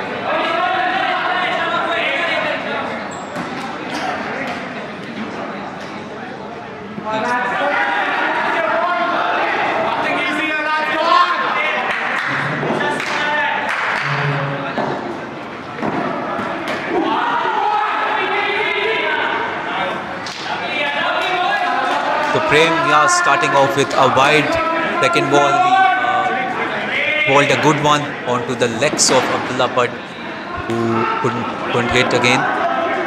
Here comes Prem round the wicket. Beautiful swinging delivery. This time, Aman was quick, but I think had he hit, that was a goner as well. 111 Ks there by Prem Vyas. Third ball of the match, and he's already clocking high pace. Arjun trying to lift his team again with his clapping, and here comes Prem once again wide.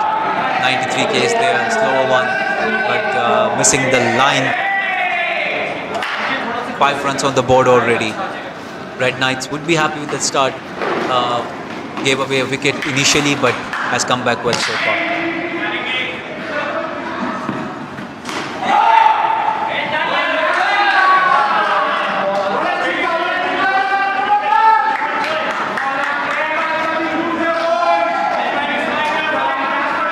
It's a good recovery from the Red Knights after the first loss, and they were -3 end of the first over.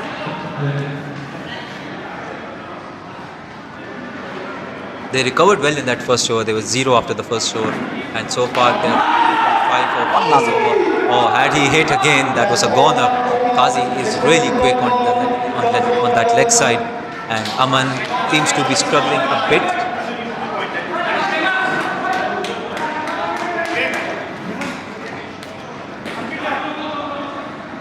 Yes, we have seen Aman struggling a bit after an early wicket, and Abdullah Bhatt also not middling well. But still, they'll be happy with the start, because getting 5 of the 2 overs, I think they'll be happy. If they can get another 10 of the next 2 overs, they'll be 15, and I think Red Knights cannot ask for a better start.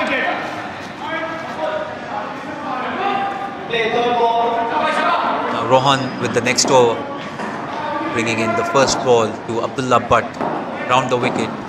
Beautiful ball, well tapped. Oh, Akhil is really quick. Is really quick with the throw, and another easy single, but it was a risky one from Abdullah Sen.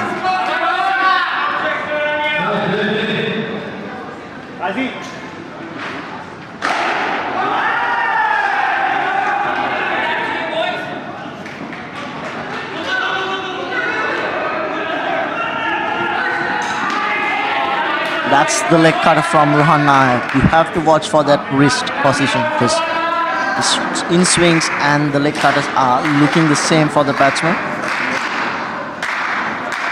Have to keep an eye on. You have to keep an eye on his wrist when batting. Another leg cutter. A good piece of fielding by Wasim Sahul. I'm loving the energy here by Thambapanni Lions.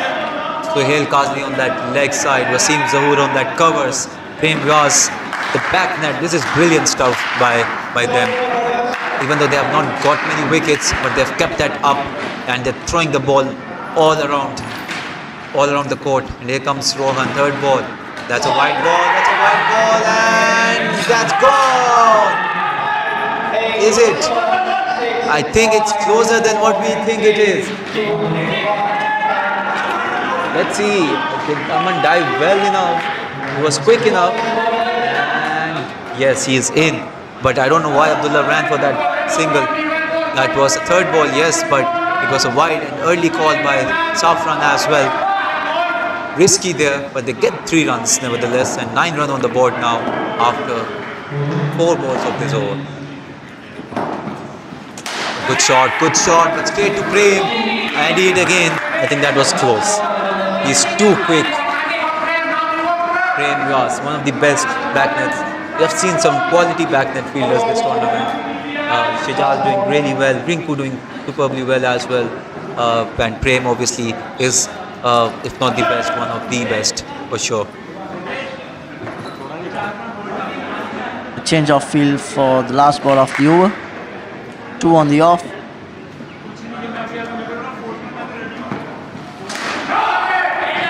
Going with the plan. I'm seeing a clear difference in the way Aman is batting after getting bowled.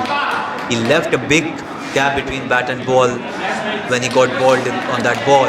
But after that, he's closing that gap between his bat and his legs, and making sure that even if the ball is swinging in, it doesn't go and hit his wickets. So it's 11 runs on the board after 3 overs, and the last over of the first game will be brought by Arjun.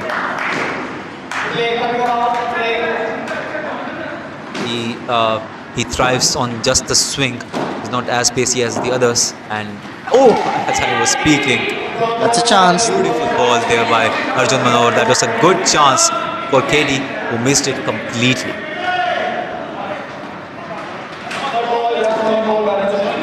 It's another third ball now. Abdullah has struggled this innings.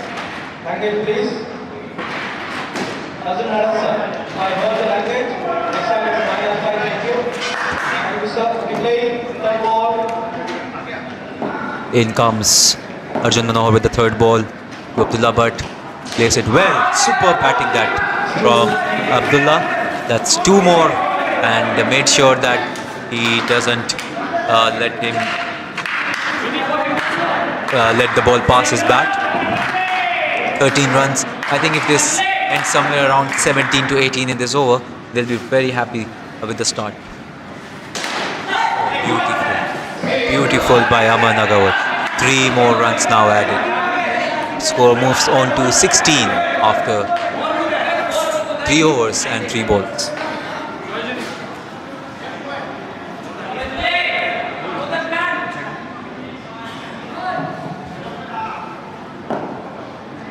Arjun Manohar bringing in the next ball now to Abdullah, but once again, well played. Made sure that he hits it tight onto the pitch, and the ball bounces at least high enough for that easy single. I think that's a go-to shot for Abud. Whenever he's struggling a bit, he makes sure that he lets the ball come onto his bat and just taps it down onto the wicket itself. In comes Arjun now with the next ball. Very swinging ball, and gets 2 more. Arjun is not happy with that effort of Akhil, but I don't think Akhil could have done much better there. 19 runs now already on the board. Last ball to go. I think they should just end it well. Don't make sure they don't give a wicket away. The momentum is towards Red Knights, and here comes Arjun with the last ball, and Abdullah just sees it off, and Arjun wants to pump them. 19 runs, 4 overs. I think Red Knights would be the happier side, even though they didn't look too comfortable, but they made sure that they don't give away too many wickets there. So I would leave now the commentary to Badr for the next few skits.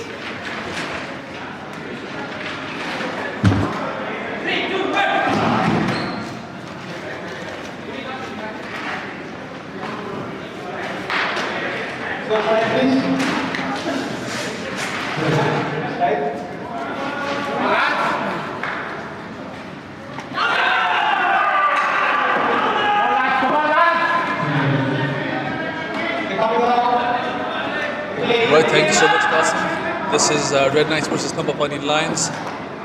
Match played mainly for pride, for position on the table. That ball was bowled at I think 111 Ks. It's Prem Vyas ball. Moving around, comes towards fresh batting pair. It is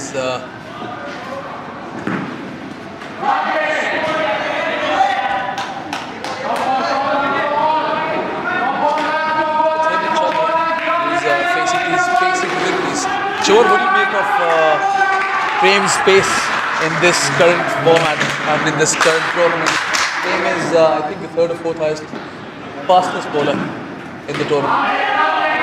Yeah, look his jump and the high arm action and the very stretched arm. That gives him the pace and the bounce to the ball as well. And also you have to watch his arm with the cutters, which brings the ball a bit low with the space, and that makes him special with the ball. There you go, another chance, I guess.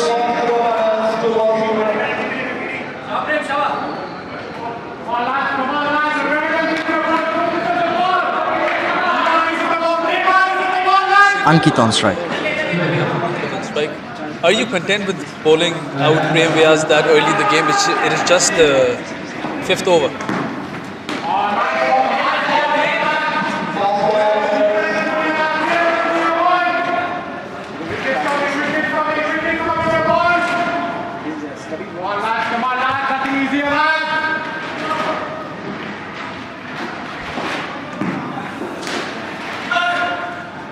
Nicely played by Ankit into the onside for a couple of runs. That's the end of Prem's spell for today. So Shivan, I was asking you, would you be content bowling out Prem that early in the game? We're just done with 5 overs.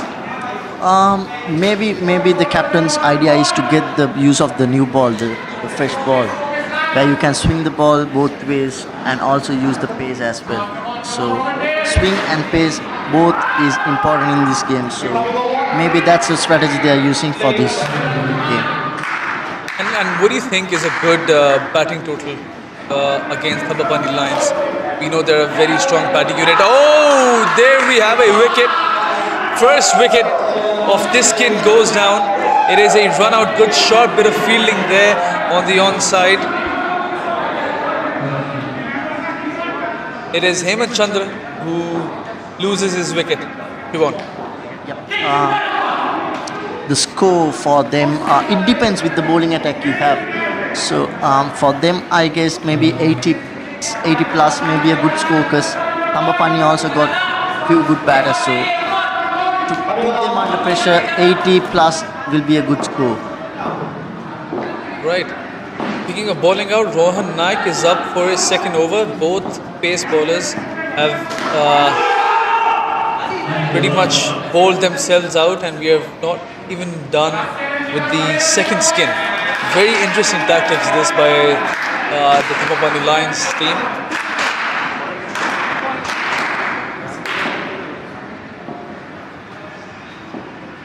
Hemant on strike.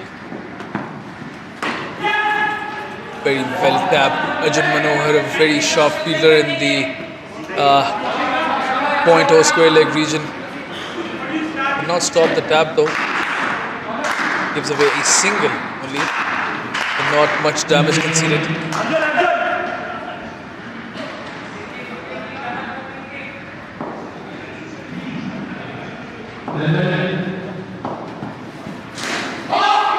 Flex hit, there's another chance, but a fumble by Mohammad Zeri at third line, and another single given.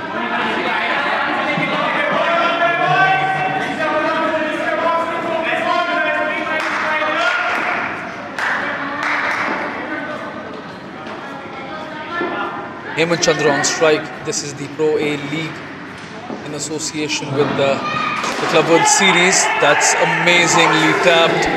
Close call though. Shaky start by both these batsmen, but still trying to get their bearings right, I believe. That was a good tap by Hemant. How would you play pace bowling? Because I've noticed on the UPRO pitch, the ball skids on. Rather than the other pitches, it comes really nice, and also with the pace, it doesn't change anything from after pitching. So you can go with the line and the length if you judge it correctly. It's easy if you play with the full bat.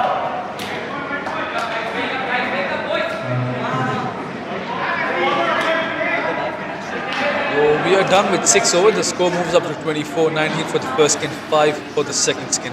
It's Hemant Chandran and Ankit on strike. Hemant has faced 8 deliveries and scored 2 of them. Mind you, he did lose his wicket, that's why his score is a bit low. Ankit on the other hand, 3 of 4. Akhil Karkera can bowl for the first time in the match. Akhil seems like a very tricky bowler to face as a batsman.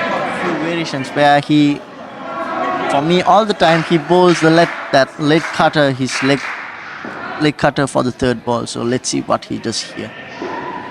Third ball coming up.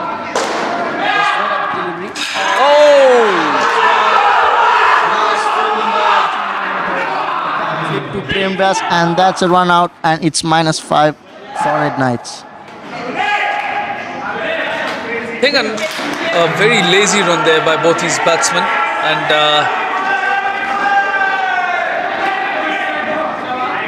I suppose as you were mentioning not too long ago, shaky innings by both the batters there. It's coming to fruition now. So a wicket goes down in the previous over, wicket goes down in this over. Taps it nicely. Oh, another close call. Chavan, what are your thoughts about losing wickets in quick succession? And take this situation, for example, you have around 10 deliveries to go in your skin and you're at just 0. What would your tactics be? No! Oh my word! The skin was at 0, but now it's in the negatives. What does Akhil do so well? We'll come to the early question later. What does Akhil do so well that he's so successful at this stage? Look his lines and lengths where he bowls to the batters, because he's not giving that room to the batters to tap. So, and his bounce makes them, it's very difficult for them to bat and get that tap and get over the ball and tap it. But it's just 1 run. Right, not out, says Safran. He has been a very, very successful umpire in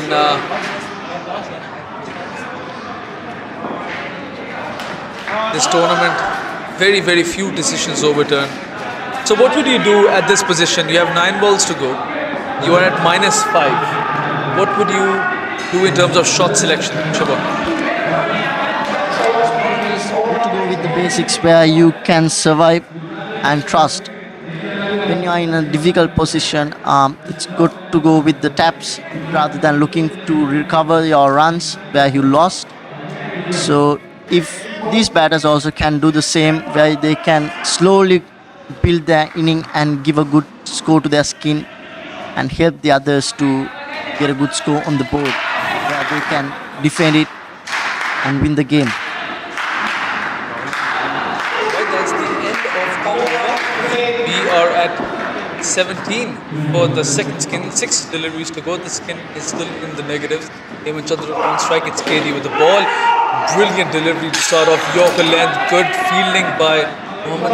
Oh no, it is the captain himself. It's Rohan Naik. It was a good Yorker length delivery. Nicely fielded. Gets the direct hit off of his underarm.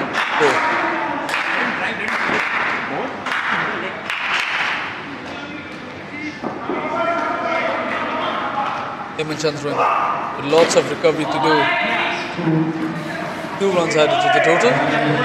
The score moves up to 19. That delivery was bowled at 84 kilometers per hour. Of course, this is one of the innovations in the Pro A League, along with customized scoring graphics, especially themed for the Pro A League, and camera angles create further immersion of the indoor cricket game. This is all in line with the aim to innovate and expand indoor cricket to levels never seen before. Chavan, what do you make of the speed gun? It's very, very good for the bowlers, especially for the fast bowlers, because this indoor cricket, they didn't have anything like that before. So it's better to get their speed and just to know how quick they are. And also, if you see Hemant Chandra, anything off the bit, which is on the offside, he taps really well, and anything straight down, he struggles a little bit where he faces. Oh, there's a nice shot, a 6.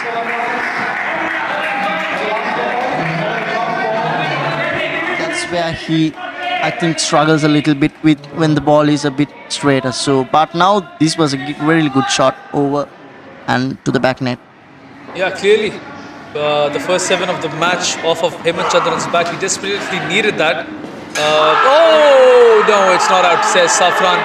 Are they going to go for a review? No. Looks like there is an immense level of trust in Safran. He has been an amazing umpire. He's done his duties to the max level, and you have a look at the replay. Yeah, comfortably makes his run. I think the keeper was a bit excited because he went for the no-look throw. And speaking of excitement. We already have an exciting contest up in Red Knights versus Thambapanni Lions. Two skins are done. The score moves up to 30. And we have a look at the batting scorecard. Siobhan, we have... I feel that's a good recovery from the last two batters for the second skin after they have lost maybe 3-4 times and coming up to 11 and at the end of their 4 overs. It was a good recovery from the batters. Yeah, so the only boundary of the match coming in from Hemant's bat. That's a good delivery by Mohammad Zaidi. Mohammad Zaidi has been excellent today. That delivery which he bowled to Aman Agarwal, I think it was the second delivery of the match in swinger. Slight flaw in Aman's technique. His bat came in around the delivery. No ball, no! Run out of a no ball. What a predicament for the Red Knights. The umpire clearly called a no ball. They went for the run. Slight hesitation on the non-striker's part, and he gives away his wicket. That's totally unlucky. It was a nice shot, but it went straight up to the net. But the runners couldn't get into the crease on time and they lose -5. And they are on -5. 4 more balls to go. Saidi to Nitish. Another wide delivery given by Zaidi.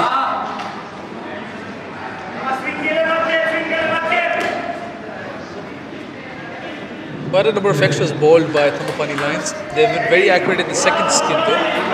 Only one extra in the second skin, one wide.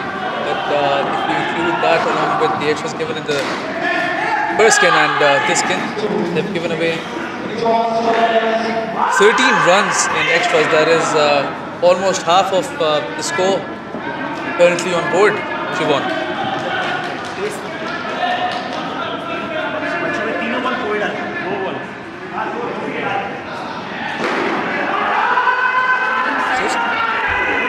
Yeah, they need to maintain their lines. The ball is swinging but you got to maintain, you got to control the swing.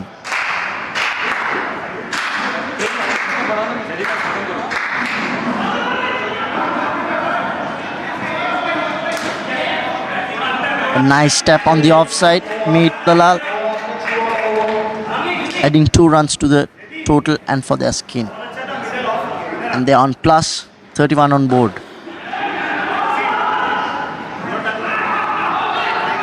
Run rate around 3.5 runs per over.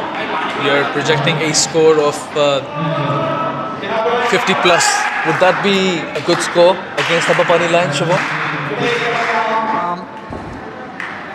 I don't think, but if they can manage to get more than that, that will be great. That's a chance, and Thambapanni missing it. A good tap, but couldn't convert it to a run-up. Comedy of errors there, first by the batsman and then by the fielding department, and the bowler is absolutely livid with that effort, not collecting cleanly the throw did Karthik Jadeja on that occasion. The fumble definitely gave a life to Meet Dalal. Calling not up to the mark, the batsman need to revisit that very soon. Again, chance and gone. This time he loses his wicket. We just mentioned that the batsmen need to revisit their calling, and there is clear evidence of the second run out in this skin already. Clearly some miscommunication there. Meet Dalal was not interested in the run, but his partner Nitesh loses his wicket yet again. Good shot from Meet Dalal and 2 runs.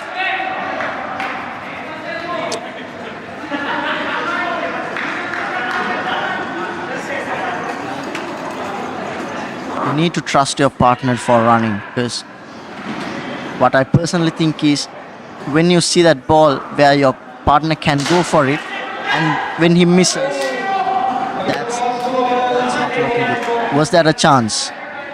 Was that a chance? A hard one. That seemed like a chance. It looked like a low full toss ball to Nitesh. Both Wasim and Zaidi missing the catching opportunity, and he goes for the big shot again. Oh my word! Comedy of errors yet again. Batsmen are not communicating well, and so are the fielders. This time KD misses the stumps. Yes, no, and another life given to both these batsmen. Nonetheless, just a dot delivery. That's up in the air. Oh, poor cricket all round. There was no need for that shot, first of all. He hit it in the air, and then pretty much an easy run out opportunity missed by Akhil Karkera. It was a very slow ball, and Meet Dalal went full-blooded, but he couldn't connect it properly. And also, Akhil Karkera didn't grab it properly, and then it's an easy run. There was a chance of a run out, but Red Knights got 1 run extra.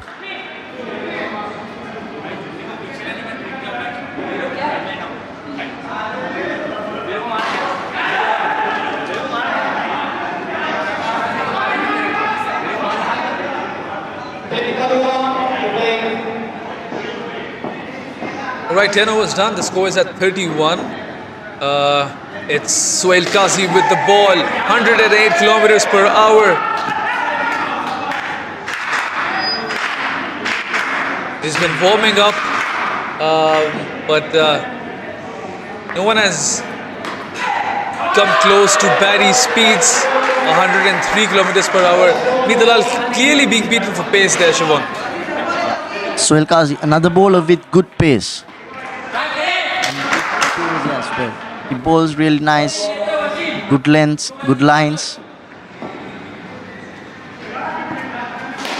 A good ball, another chance. 2 runs. Tell you what, that seemed a bit too close. Let's have a look at the replay. So Akhil missed the first time, then Qazi. Oh, yes, I think the bails got dislodged a bit too late, allowed Meet Dalal to come into safe territory. And it's Nitesh on strike, wayward delivery, 108 kilometers per hour, but the pace not doing any good to Suhail Qazi on that occasion. Last 2 balls.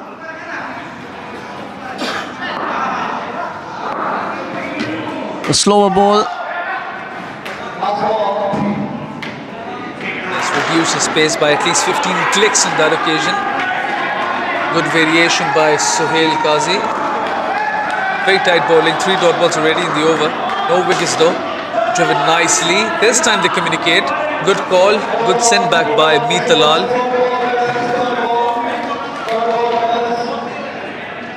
Third ball, risk to start off the last over of the third skin. Score is at 35 at the end of 11 overs. You look at the skin split, 19 runs were scored by the first batting pair, 11 by the second and 5 by the current batting pair. Akhil Karkera for the third ball. Is he the specialist in Thambapanni for the third balls?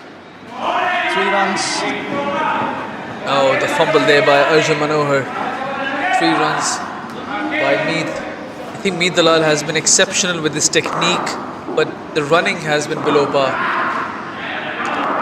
Let's see if they can recover. That's up in there. That is a great shot. What a great shot under pressure by Nitesh Shetty. He gets the second 7 of the match. Yes, it is the second 7 of the match. First one by Hemant Chandran. And they are on 15. The skin moves to 15 after that 7. Amazing recovery there. So of just the first 2 deliveries, Akhil Karkera was absolutely clinical in his first over. He's given away 10 runs off 2 deliveries. Can he come back? Good ball. Nitesh again went down the track a bit too early, but rightfully sent back by Meet Dalal. They finally figured things out. Is it too little, too late? Only time will tell. We have 3 deliveries to go. Yorker length. Excellent calling. There have been transformed in terms of calling in runs. Much better in this over. Yeah, that is good for Red Knights, which they convert their runs. It's a third ball, Akhil to meet.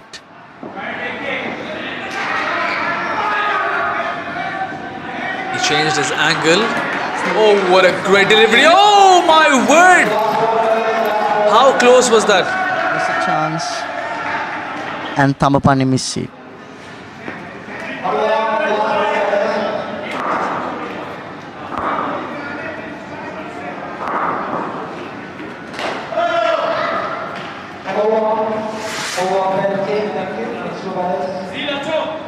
That is the end of the third skin. The score is at 46 at the end of 12 overs. If you'll have a look at the innings progression chart, you'll see a lot of dips, but recoveries as well at the same time.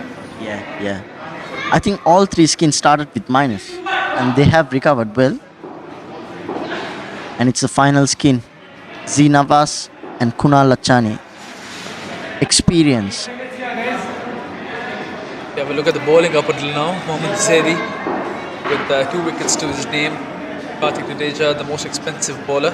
He does have an over left to make considerable impact in the game.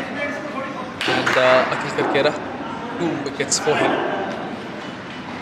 He gave away 11 runs in the second over of his bowling.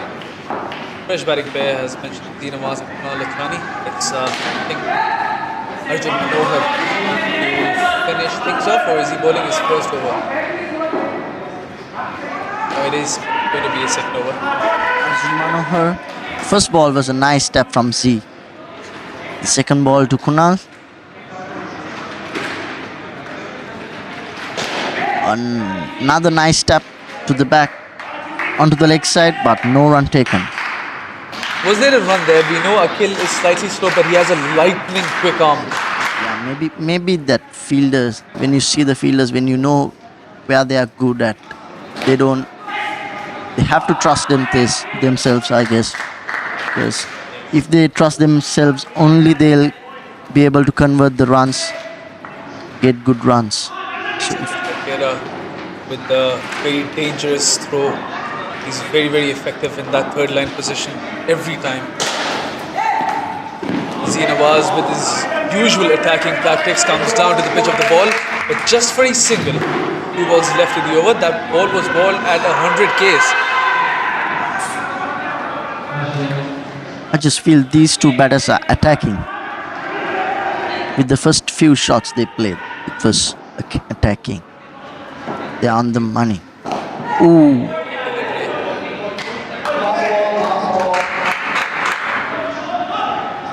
That was a good ball to Kunal by Arjun, and one more ball to go. Both these batsmen very attacking in their shot selection, like to go after the bowlers. Kunal, on the other hand, slightly bit more reserved in his approach, but can attack if needed. Take some time to get in. That's the end of Arjun Manohar's spell for today. He's given away 12 runs in 2 overs, been wicketless unfortunately. But what he's done nicely is he's enforced a third ball risk to begin the next over. Wasim Sahur bowled the second over for the last skin, and it's a third ball. Z on strike. My money is on Z going down the wicket and going for an aggressive stroke, but no, that is an excellent tap by Z. I thought he would go for the counter attack, take the bowler by surprise, but a very, very sensible choice of shot by Z Nawaz. Gets the couple for his team. That's Kunal Lachani on strike. Oh, very well fielded by Sohail Qazi at short mid-wicket there. Kunal looks to be struggling a little bit with the bowlers. Let's see. Again, one more shot that he didn't connect correctly, which goes to 3 runs. Oh, it's a triple given because one of the fielders tapped the ball and it hit the back, the side net, lateral half of the pitch. Sohail Qazi, a wild tap, went for 3.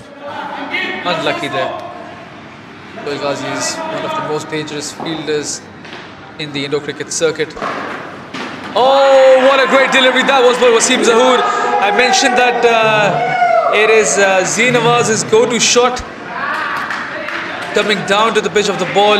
This time Wasim predicted it very nicely, pitched the ball slightly back of the length. Zee could not read that, and easy pickings for KD as the keeper. And Zee Nawaz loses wicket. So the counter-attack opportunity, or the moment rather, goes down in vain. Oh, that is an excellent delivery. Good ball. Picture perfect leg spin bowling. Shivan, you're a leg spinner yourself. Would you like bowling around the wicket or over the wicket? Wasim is bowling around the wicket as a leg spinner. Oh. For me, it's a different story. I like to start from the right arm round, and then just to maybe cramp the batsman, I'll change the set and bowl towards the stump. Right? We don't give much room to the batsman for tapping. Okay, so I've noticed in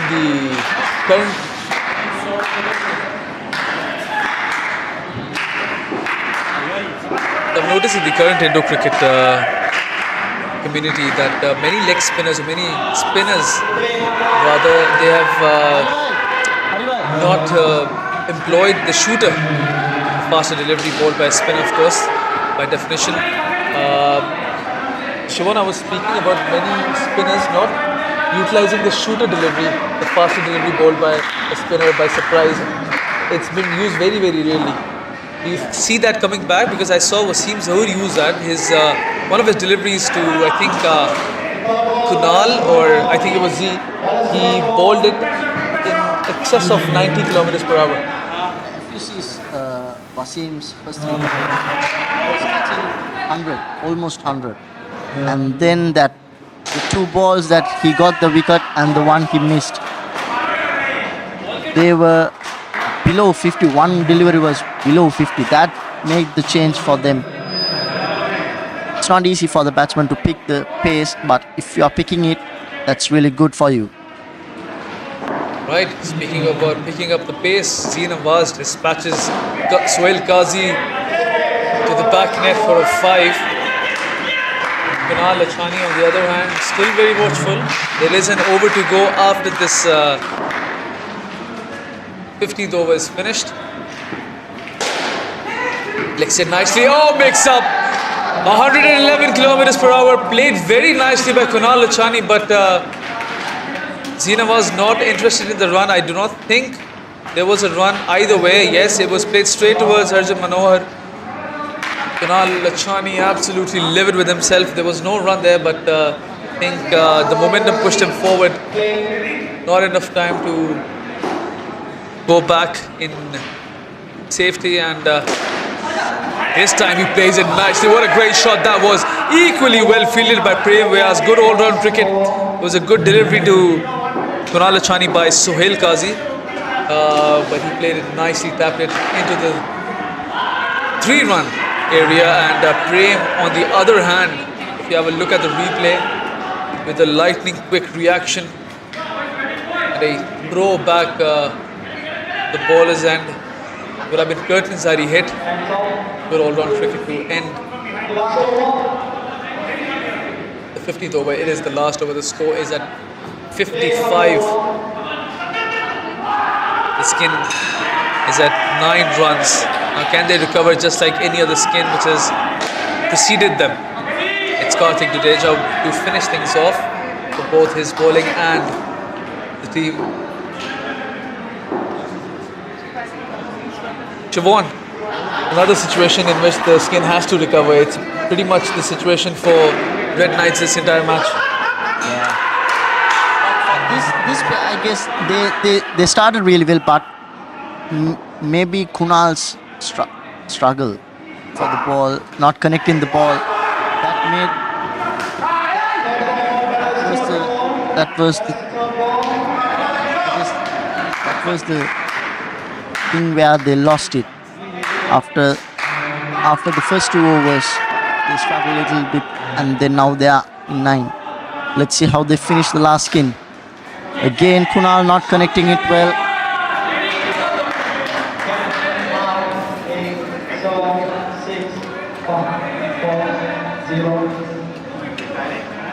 It's good to get C back on strike. Right, 3 deliveries left. 10 runs on the board for the skin. They've lost their wickets twice. I think it's pretty much the case with every other skin. Every skin had lost their wickets twice but managed to recover the last over.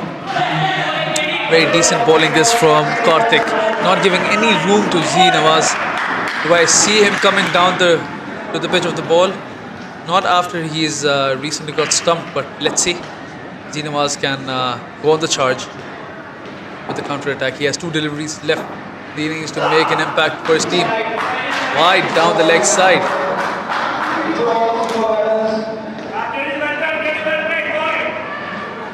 Bare error by Karthik Jadeja. 58 on the board. Do you reckon this is a good total? This is a fighting score for them. And that's 5 runs for the Red Knights. It was a slow ball. Z picked it and straight down the ground. Hit the stumps, deviate, and then to the back net. 5 runs. Unlucky for Prem Vyas, the ricochet yielding 5 crucial runs for this batting pair and the team. Now, what does Kunal Achani do? Does he go for the dot or a good tap? Does he go slightly aggressive? No, he goes for the top instead. And that's the end of the first innings. Thambapanni Lions have been given a target to 64 to chase. Of 16 overs, the required run rate is exactly 4 runs an over. Siobhan, what do you make of the run chase? Do we have a game at hand?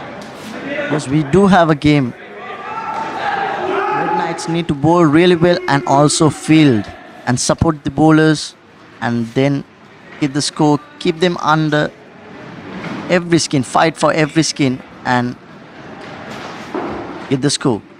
Alright, so we have with us Shreya, who's gotten Aman Agarwal, and we're going to be switching to a Shreya. You're up.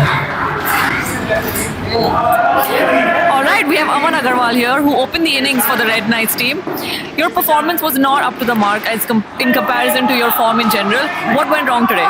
I think the ball was swinging much more than we had expected, especially in the first 3 overs. And that is where I think we lost the plot in the first over. But then I think we pulled back really well. In the last 3, we were targeting 25. We made 19, so we were around 6 runs short. So, but I think it's okay. We have a good score, I think. Okay, let's see if you bounce back. But I want to know, you've batted opening, you've batted down the order as well. What is your opinion on your own personal performance? I mean, it was not up to my 100%, but as a player, I think I enjoy opening because that is the most challenging, and I as a person love challenges the most.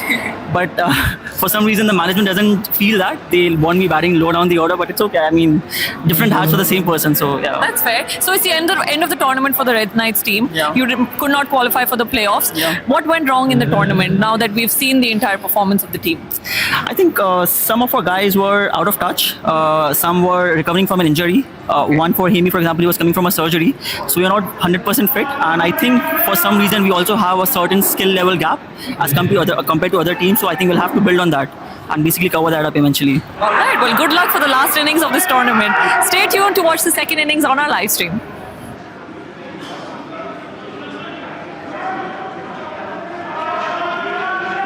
Right, some good insights by Aman Agarwal.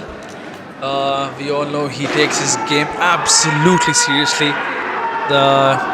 And we are pretty sure that he will only improve. He is an upcoming star in the Indo-cricket circuit. Thambapanni Lions have a target of 64. If we have a quick look at the innings progression chart. Siobhan, if you look at this, dips and recoveries, that's pretty much the summary of the innings. Yep. Every skin lose and they recover, lose and they recover. But ending up on 63, that is a good score to fight. And just giving up an update on the skins. First skin 19, second skin 11, third skin 16, and the last skin finishing in 17. And the total is 63.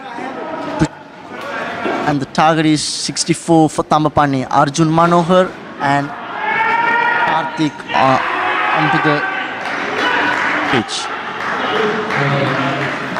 Both batsmen very formidable openers. Arjun Manohar, one of the fittest players out there. Looks a very straightforward ask. 4 runs per over. That is 2 good taps in every over. So you can afford to go down to the third ball twice at least in the over. And if they play sensibly, it should be gettable. But we all know Red Knights, on the other hand, a very strong bowling lineup as well. So we have a game at hand. Just like the last game, DBMSC Steel versus SFS, which went right down to the wire. We might see back-to-back thrillers here.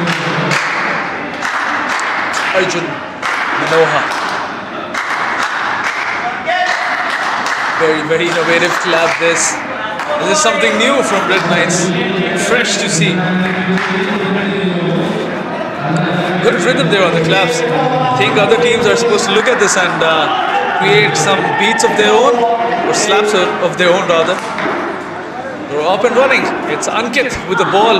Arjun Manohar on strike. Coming in over the wicket left comer. That's a wide given down the leg side. How do you pace such a run chase, Siobhan, in this situation when you have 4 runs to get every over? That's around 2 good taps. How would you go about it? Do you go after the bowling up front, or you just be consistent with your approach? With the batting lineup in Thambapanni, you don't have to do much. Just go with the skins is enough.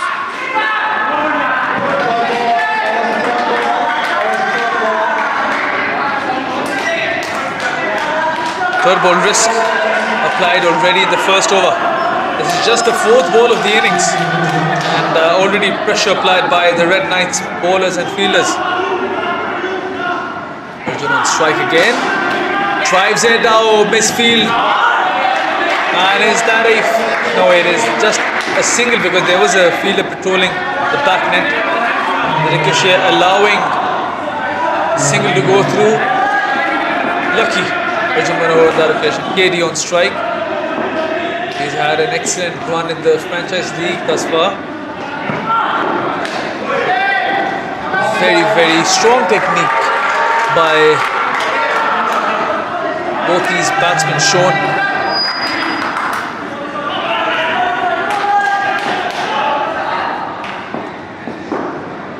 One delivery left in the first over. Good tight start this by Ankit.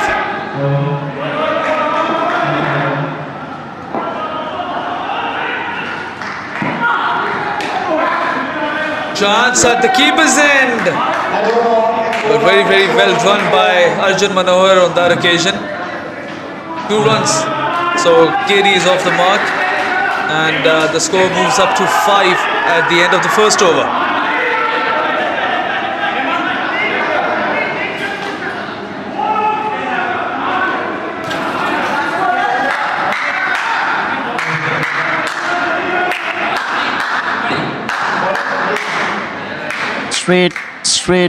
Straight into Meet Dalal, the wicket taker. Leg spinner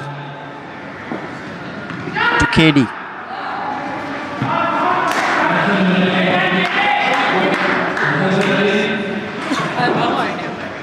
First ball, a wrong one to KD. And it's Arjun coming around.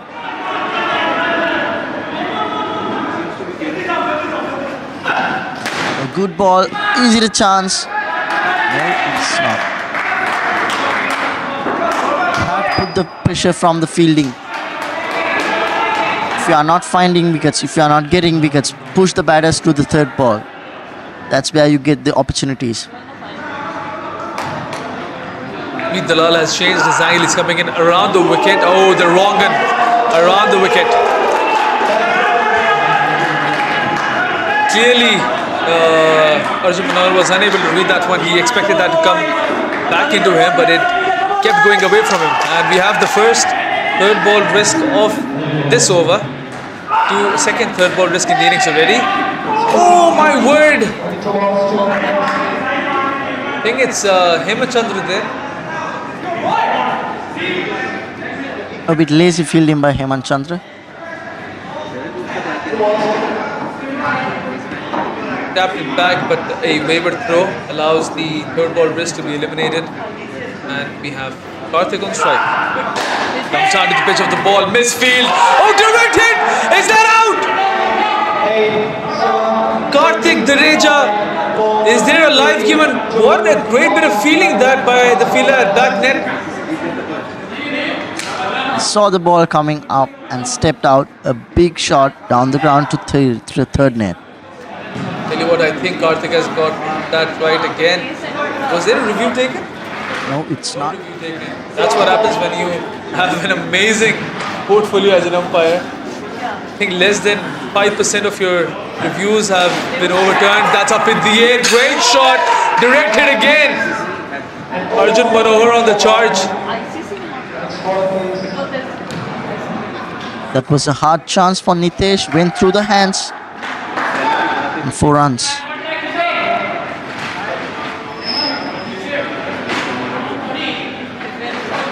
Looks like Thambapanni, they don't want to tap, they are attacking.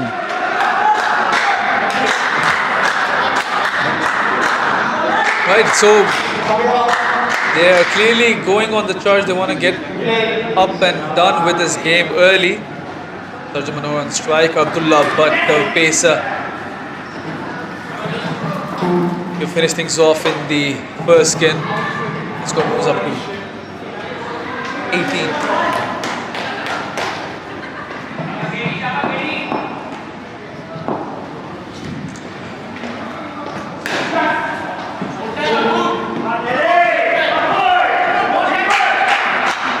His natural swing is away from the right hand. He needs to keep the ball more fuller, make them drive, and maybe try to get that edge.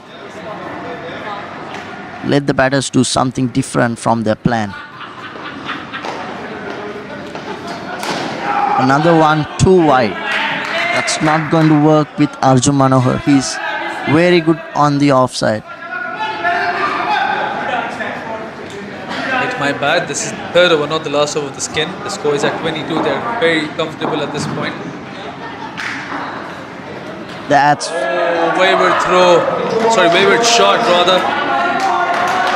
I think KD wanted to take Abdullah by surprise, but Abdullah pushed the ball away from his hitting arc and gets a dot ball.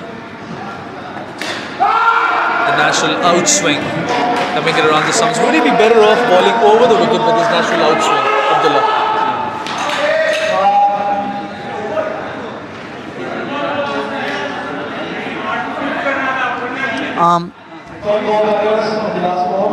I think maybe the third ball he must try on over the wicket to get the ball away from the batsman. But it's always goes with the bowler's confidence. It's the third ball. Oh, short, too short. That is too short. An easy tap to the net where they get 2 runs, and that's the end of the over. Yeah, too many freebies given to Abdullah Butt on that occasion. 8 runs off of his first over, 4 taps. Score moves up to 24, a very healthy run rate of 8 runs per over already. The asking run rate at the start of the innings was 4 runs per over. And we have an over left in the skin now. This is the last over of the first skin. Taman Agarwal, I think they're going all out attack. Our Red Knights getting all of their prime bowlers to start things off, but it hasn't worked yet. No wickets have gone down. They have got 3 third ball situations created, but no wickets.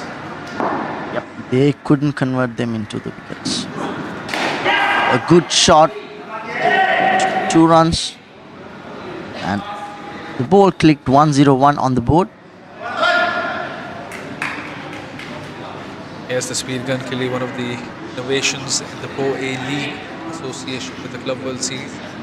One of the innovations being deployed as first time innovations, just like the on-screen scoreboard graphics and the analysis screens which we show every now and then. And the speed gun,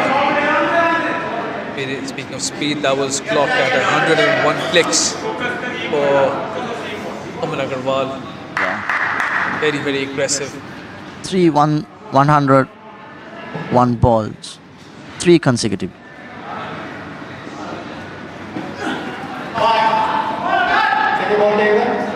He got good pace, but he need to control the line. Yep, wide down the offside, and the ball taken by Paring. Score moves up to 30. Halfway through the total already in the first game. Not a good ball there, short delivery. Lots of time given to Arjun Manohar. These two batsmen are too good. Commit mistakes of their own. They have not played any rash shot. Of course, barring that one heave from KD of Abdullah's bowling previous over, but after that, pretty flawless in their approach. Good defense. Last ball left the first game. The score is at 32.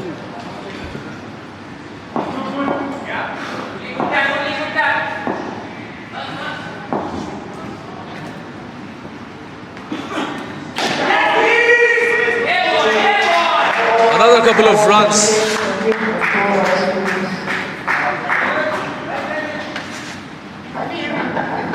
That's the end of the first game. The clinical display of batting, opening batting, that is Arjun Manohar and KD. Wicketless, and they pretty much close things out. How do Red Knights come back from here? Come on. They need to find wickets. Somehow they need to push the bowlers, bowl more dot balls, put the pressure on the batters. Maybe if they find one pair going to minus, keep them in minus, not getting them up. It was a really good start from the first pair. 34 runs on the board. Confidence to the other batters as well. On crease for the second pair, Rohan Naik and Mohammad Zaidi. By Rohan Naik, the captain himself. Are they going to come out here all guns blazing?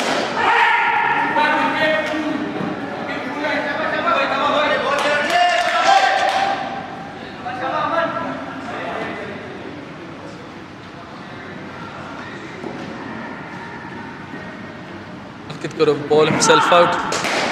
That's up in the air. Great shot by the captain himself. 5 runs. First boundary to his name. Just off his second delivery. He didn't actually connect it properly, but the placement was very nice.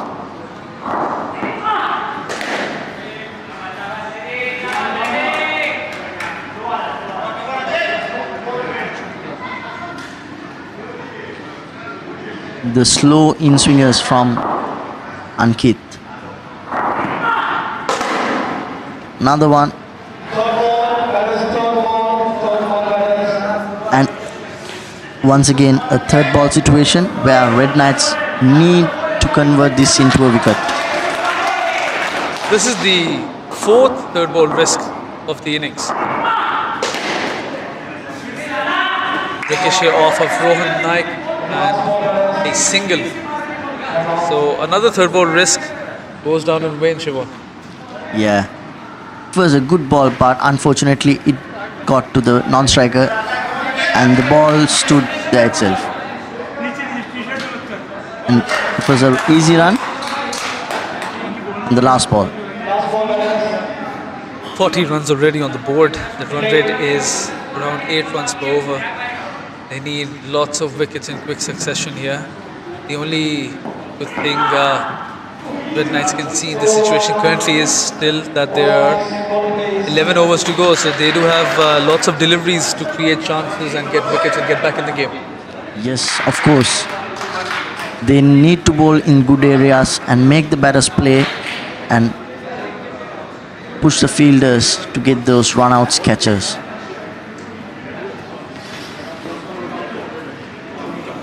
Right, so Z Nawaz with the ball. Have a quick look at the bowling scorecard before he begins. Ankit has bowled himself out, 11 runs to him, no wickets. And Meet and Aman Agrawal both going in excess of 10 runs and over. Abdullah with 8 runs. Just over to him. Oh, mix up, this should be out. There's the wicket. That's one.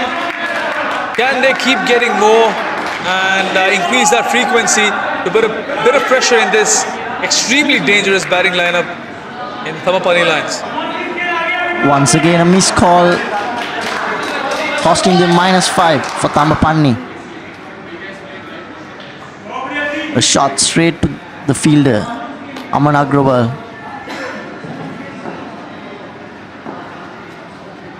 Was coming in over the wicket, Yorker led delivery, extremely well played by the captain himself. What a great shot that was. Siobhan, near Yorker led delivery, if you have a look at the replay. And that tap to get himself 2 runs, I think. Great shot. Yeah, it is a great shot, and it's also a very hard shot to play in Indo cricket. Where the ball is landing on your foot, you got to take that leg out and then play with it with the full face of the bat. And you have to get the timing absolutely right. That was a great hit by Rohan Naik. Leg side wide. So very quickly the wicket at the start of the over nullified within the next 3 deliveries. Can they get another wicket here? Very nice, that is a great type. Shot on the leg side to 2 runs and the last ball.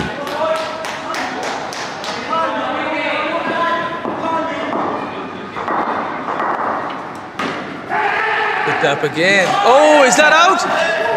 No. I think what worked well there on that occasion was that Zedi tapped the ball and it went extremely high, so it gave Rohan a lot of time to complete his run. Yes. And Rohan took a very good start to complete the run. 43 runs on the board at the end of 6 overs. The run rate has shifted slightly downwards towards 7 per over region, but still in a very, very comfortable position. Our Thambapanni lines, that is, they are way over the Red Knights worm already. They need a lot of dips to the Red Knights team if they have to make a game out of this. They do have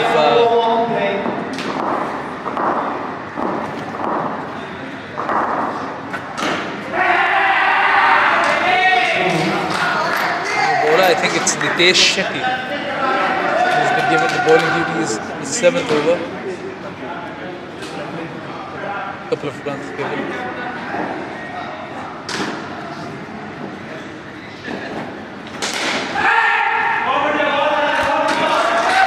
A bit of pressure. I like that the Red Knights team are not going down in terms of energy. Yeah, not giving up. They need to fight till the last ball, because Indo cricket is a funny game where you can win and then also lose. 103 on the speed gun. 3rd ball missed. It's the 2nd for this batting pair. Can they stay safe? They have a very reliable batsman on the crease in Rohan Naik, and that's where he does so well. What a great tap that was off of a full length delivery and gets a triple to his name.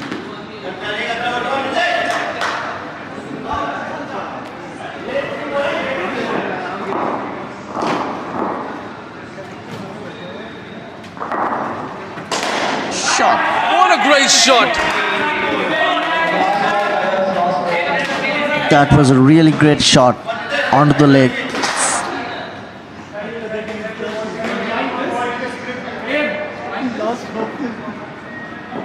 I think the fielder saved a 4 there. He saved an extra run. Another great shot. 2 runs to Rohan Naik. this is easy batting for Thambapanni. So what do you do here, Shivon, when you're bowling nicely, you're going for the full length deliveries, but the batsmen are so good that they're tapping them easily and effortlessly? How do you change your bowling? Do you go back of a length or do you aim for another line? Always we need to try make the batsman play first thing, because otherwise it's really hard to get a wicket.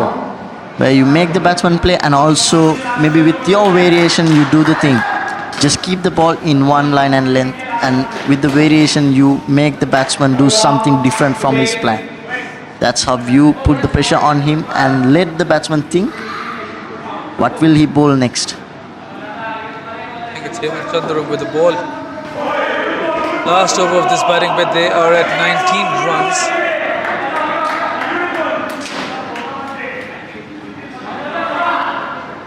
Rohan does not like that decision. He thinks it's a wide ball, but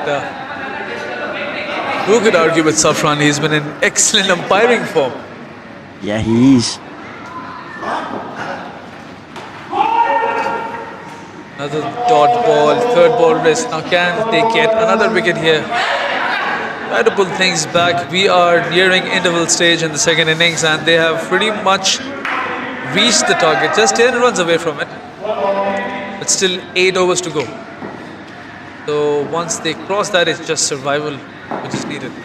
They're doing it pretty well with shots like these. Rohan Naik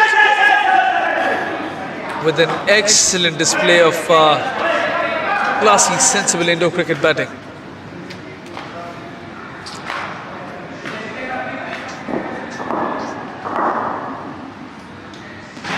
I think with the bat now.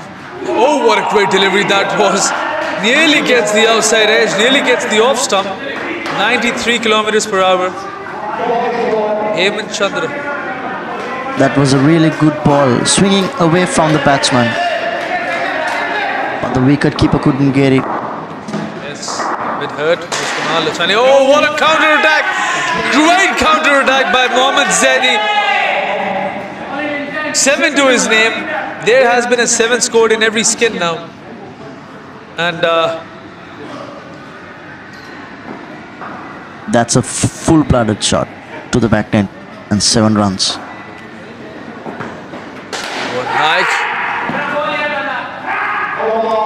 One more ball left. Can they get a wicket here? No, I think that is the end of the over. Yes, it is the end of the over. So at the end of 8 overs, scores are neck to neck. And we have 2 skins to go. Can Red Knights come back into the game? If you have a look at the batting scorecard, just 1 wicket which has gone down in 8 overs. That 2 of the captain himself, Ronak, and he's recovered very, very nicely, by the way. And Arjun and Karthik both equally clinical, scoring at a strike rate of 141. And Mohammad Zaidi, pretty much the pick of the batsman, up until 15 of 9 deliveries to him. Bowling, on the other hand, I wouldn't call it poor bowling, I would call it excellent batting. Red Knights have done pretty much everything nice with the ball. It's just that the batsmen have not given them any chances whatsoever. Exactly.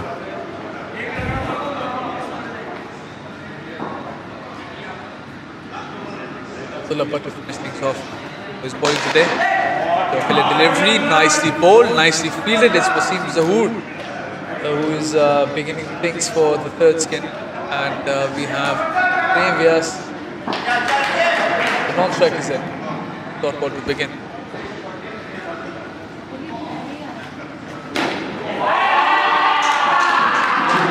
Taps it extremely nicely. Again, Shimon, so that was not a bad ball, it was just a great shot. Yeah. The wrist working. And you need to time to play that shot. A really good timing. Right, Abdud with the ball to Prem Vyas, who's played it excellently. Thambapanni Lions, these batsmen are all on fire today. What do they have in store in the qualifiers? They're fresh out of a loss from DBMSC Steel, by the way. but they've been absolutely clinical. Could this be a message being sent to their opponents in the qualifiers, and if they qualify for the finals, to DBMSC Stadium? Yes, it is. Look, if I just noticed, look, most of the batters of Thambapanni, they are very strong on leg side. But if you try to make the batters play on the offside just like that, just to think different from out of the box, make them play on the offside, and you might find a chance of getting a run out, or maybe push a little bit more pressure onto them, rather than just. Is that out? That's an opportunity. It's a catch that's gone down. What a great delivery that was. Let's have a look at the replay. Gets the outside edge, but I think it did not even carry to Zinawaz, where he was a bit too late to react. But nonetheless, Red Knights with still a slight silver lining. They impose a third ball situation now. We are at 69 runs, 6 runs ahead of the target. So at least 2 wickets required to create pressure. I think it's Kunal Lathwani with the ball. Can he get a wicket here? Only 1 wicket has gone down just in the 6th over of Rohan Naik himself. That too, it was a run out. Too much accredited to the miscommunication between the batsmen there. Third ball rest, by the way. It's Kunal Lathwani. Wasim Zahoor. It's nicely into the gap for a couple of runs. They're not doing a thing wrong. Yeah. Masterclass in batting.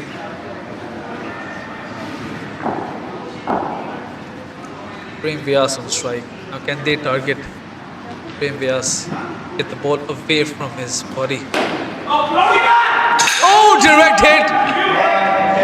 Not out, says the umpire. They immediately go for the review. An interesting choice. We all know Safran is extremely. Oh my word! There is. My bad. There is a.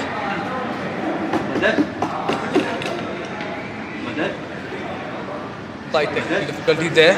So we just wait for Safran's review.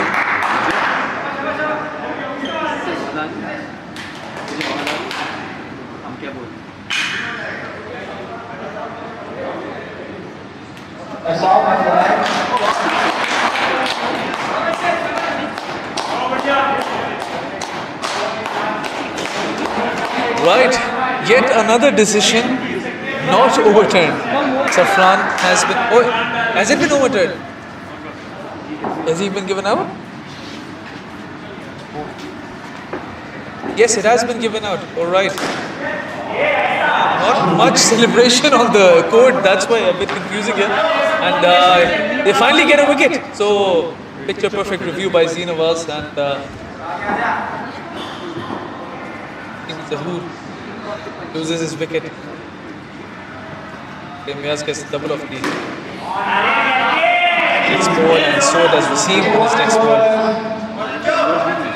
So immediately after the wicket, we have 4 runs scored of the next 2 deliveries. So quick recovery. That's what the good batters do.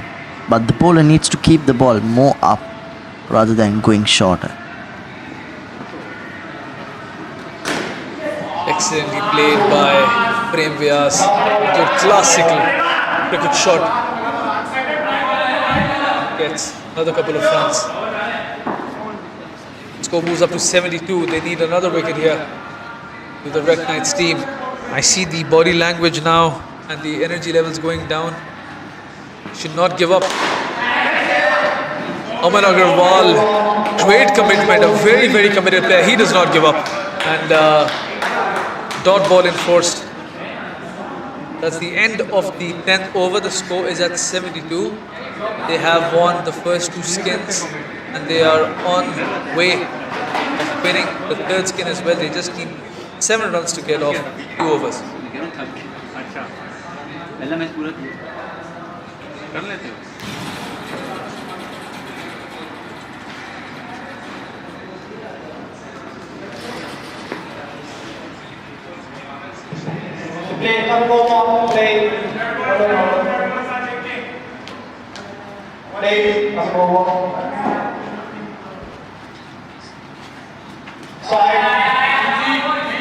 Wide ball down the leg side, not a good start for Zinavas.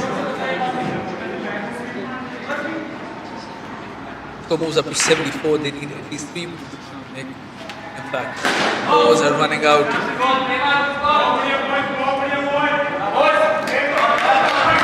Should they do slightly something different in field placement? Get maybe all of the fielders on the onside and aim for the batsman's legs. A bit of pressure. I just feel they need to go with the plan, with just one plan. Maybe bowl on the offside and make the fielders do their job on the offside rather than bowling all over the place. Great shot, an excellent shot by Wasim Zahoor. Again, a good delivery, but an even better shot. Takes the risk and it pays off really nicely.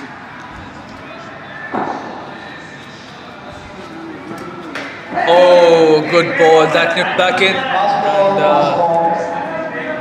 That came, Prem Vyas, that the ball came up. That it wasn't that easy for Prem Vyas to tap it.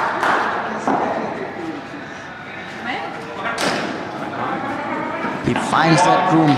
bit too short, right? The ball was too short, but Prem Vyas were too good to find that room to play that tap, get over the ball and tap the ball nicely onto the net. Okay, 18 runs ahead of the total are Thambapanni Lions.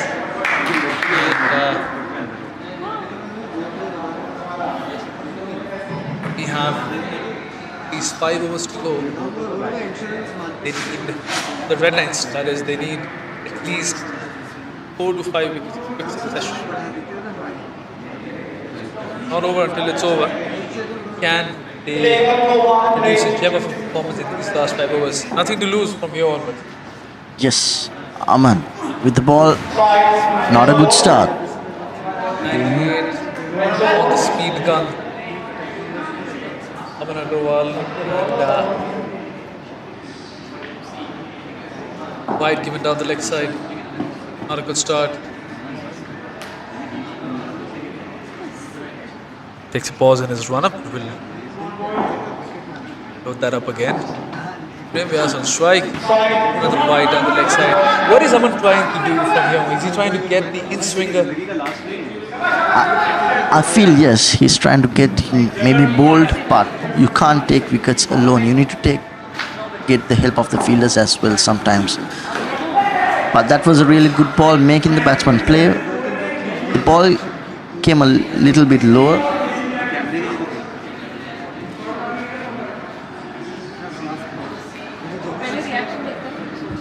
Make the batsman play on the offside because the fielders are on the offside. Make them use them in a correct way to get the wickets. Once again, a good shot.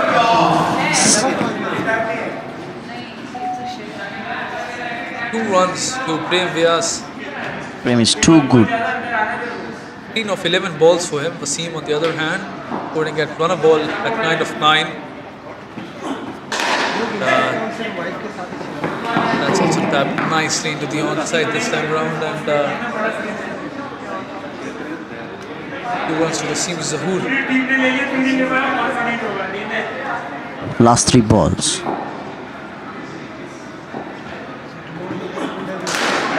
Taps it extremely well. Prem Vyas, what a batting performance this is. 19 of 13 deliveries.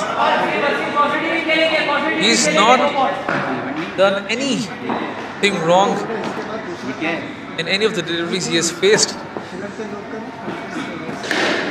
What a great tap that was. Chance this time around. No. Fumble by the keeper.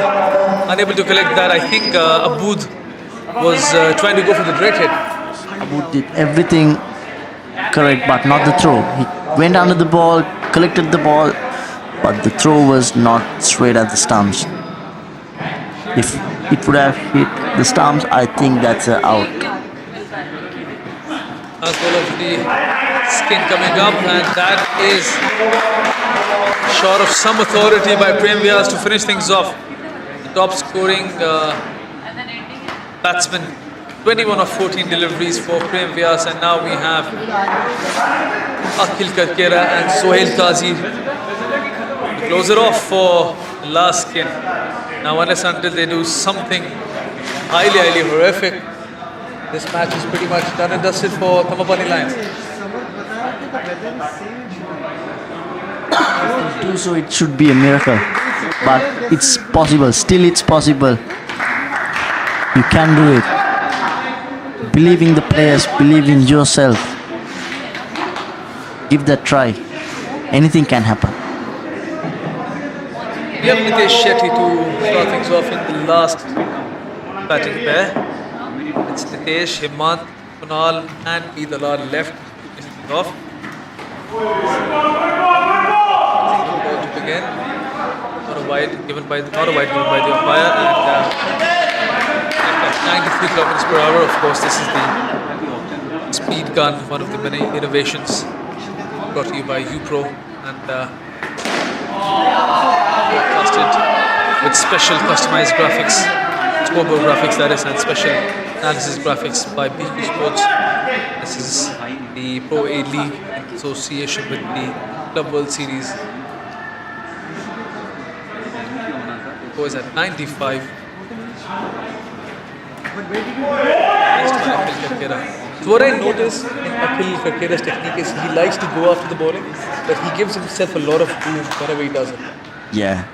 He stays in the middle stump, but maybe on the release he moves to the leg side. But that gives the chance to the bowler to bowl more on the off or maybe onto the stumps. It's a bit of a risk, but that's his playing style. Correct. You allow him to take room and go outside the off stump, and then just wait for him to get an edge. Yeah. Because if he hit, it goes for a 7. Not the best of the balls for the third ball. Easy tap for Akhil and 2 runs.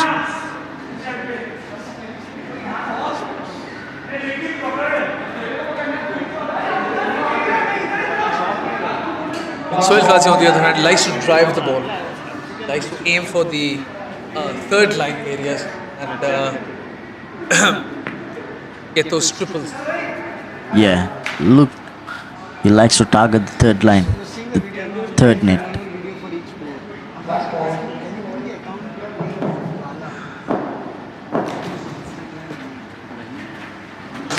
There you go.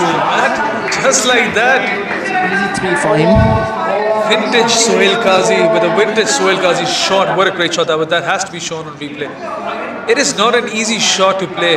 Driving it, finding the gap ever so nicely and getting the triple to your name. Sohail Qazi, picture perfect. Pretty much a summary of today's performance. Clearly a huge gap in batting skill between both the teams. When it comes to bowling, pretty much even Stevens, but it's the batting that's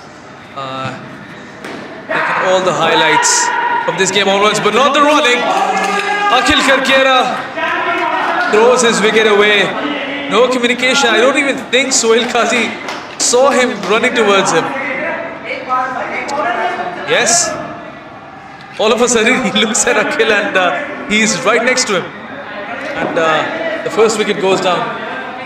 Akhil Karkera run out. Meet Dalal with the ball, by the way. Great strong run. But this is Meet Dalal's usual deploy. Coming in around the stumps and bowling those wrongers. I think that's his weapon, where he makes the batsman feel that it's a leg spin, but it's come towards him. Another chance, missing 77 runs. Sorry, 77 on the speed gun. The fielding team has taken a review on the run out. Very, very... Oh! He has been given out!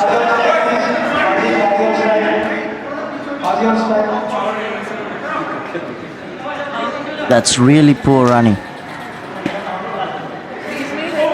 So second decision overturned for Safran today.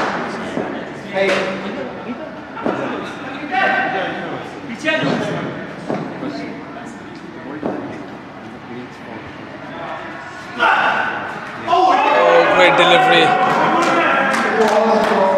Once again, that wrong one. Suhail is not reading the hand. But It's pretty much 70% of the times he goes for the wrong gun. Oh my word, what a great gem of a delivery that was. Third ball risk. Have a look at the replay. That took off from good length. this can be the opportunity for them to come back. Just give a fight. It's a third ball. And it's meet to Sohail. Lights and plays it extremely nicely. Came down to the pitch of the ball, smothered the spin. Sohail Kasi covers the line and just taps it, finds the inside edge, and the ball goes to the net. That's the end of meets over.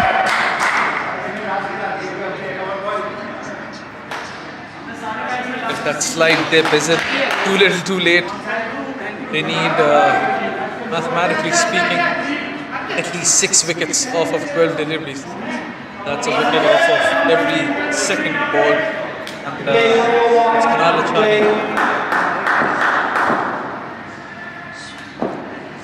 Sohail Kasi back to strike. Nicely. That was a bit too short, but rightfully dispatched by Sohail Kasi into the offside for a couple of runs. It's Akil Karkela on the play. Now it's a chance for Kunal to get Akil.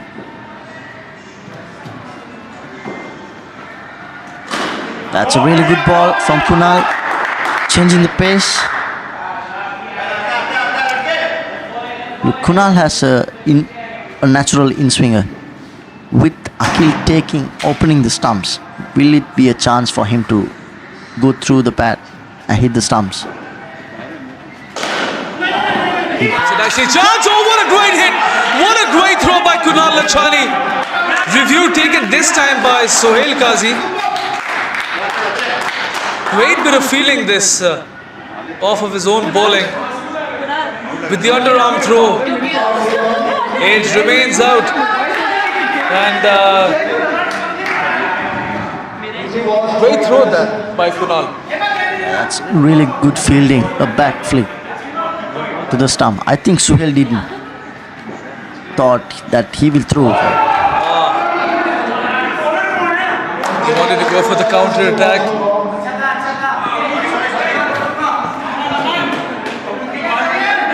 Both these batsmen. A near opposite image of what's preceded them. They are at -4. Can they recover? Chance! Oh, misses this time around. Oh no, he has it. He's hit the stumps. I think that just clipped the bails. Yes, right at the bottom right half of the stumps, and Have the batsman reached that at that time? That's the question. is that a review taken by the bowling team? Is it even not out by Safran?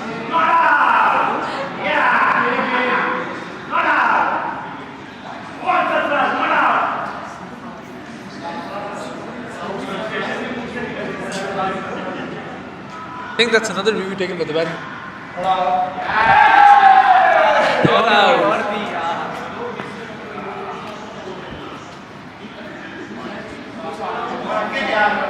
They were on track to get a wicket of every second delivery. That's what they needed mathematically, but I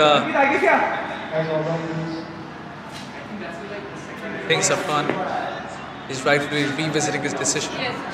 Last ball. 2 runs to Karkera. Sohail Kasi on strike. Plays the last delivery of the 15th over.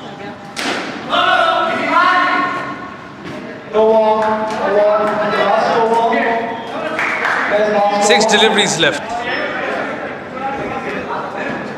They get 6 wickets, they win the game.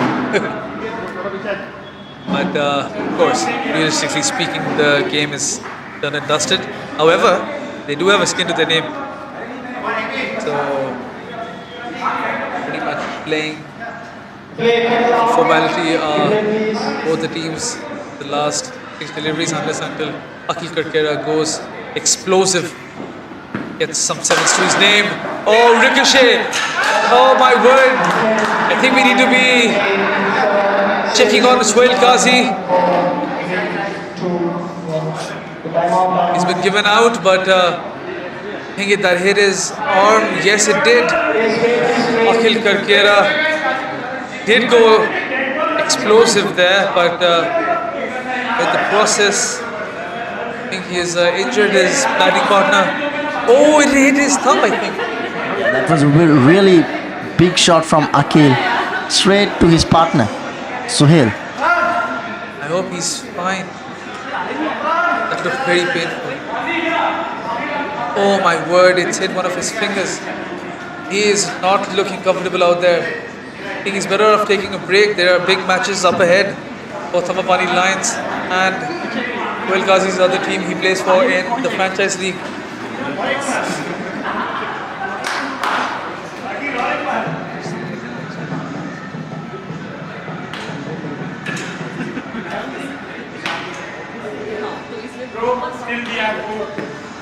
I think he's fine.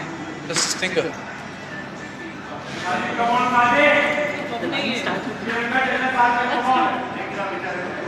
It was a run out, by the way, so Suhail Qazi has lost his wicket, unfortunately. Chandra to finish things off for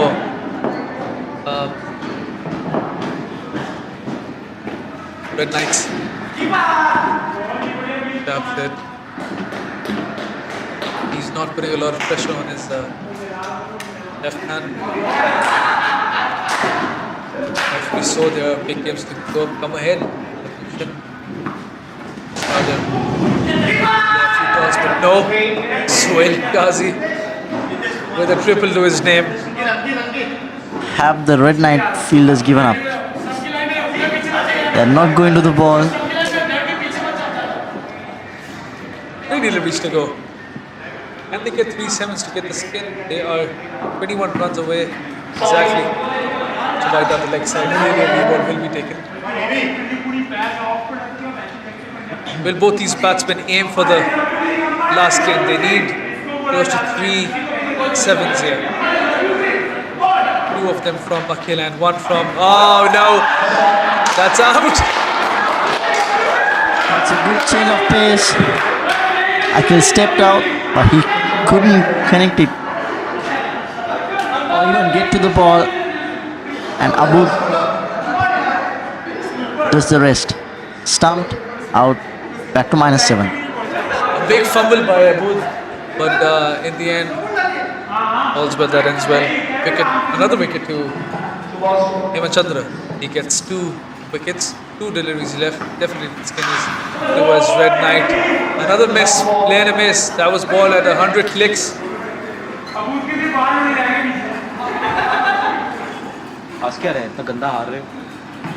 Last ball of the game. Oh, finally a shot of authority to finish off things for the Thambapanni Lions. 5 runs to Akhil Karkera. And the scores, as we see it on the screen, 91 for the Thambapanni Lions, 63 for the Red Knights. Clearly overpowering the opponent team in the batting department with the Thambapanni Lions team. They'll be entering the qualifiers in great form.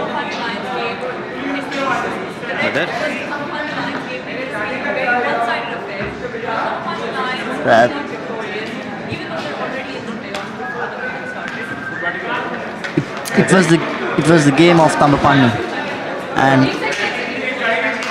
Red Knights finishing off their league and the tournament, and Thambapanni going to qualifiers against Hawkeyes. And let's meet you at the qualifiers. All right. Okay, see you, Shimon, at the qualifiers. We are done and dusted for today. We'll see you next time.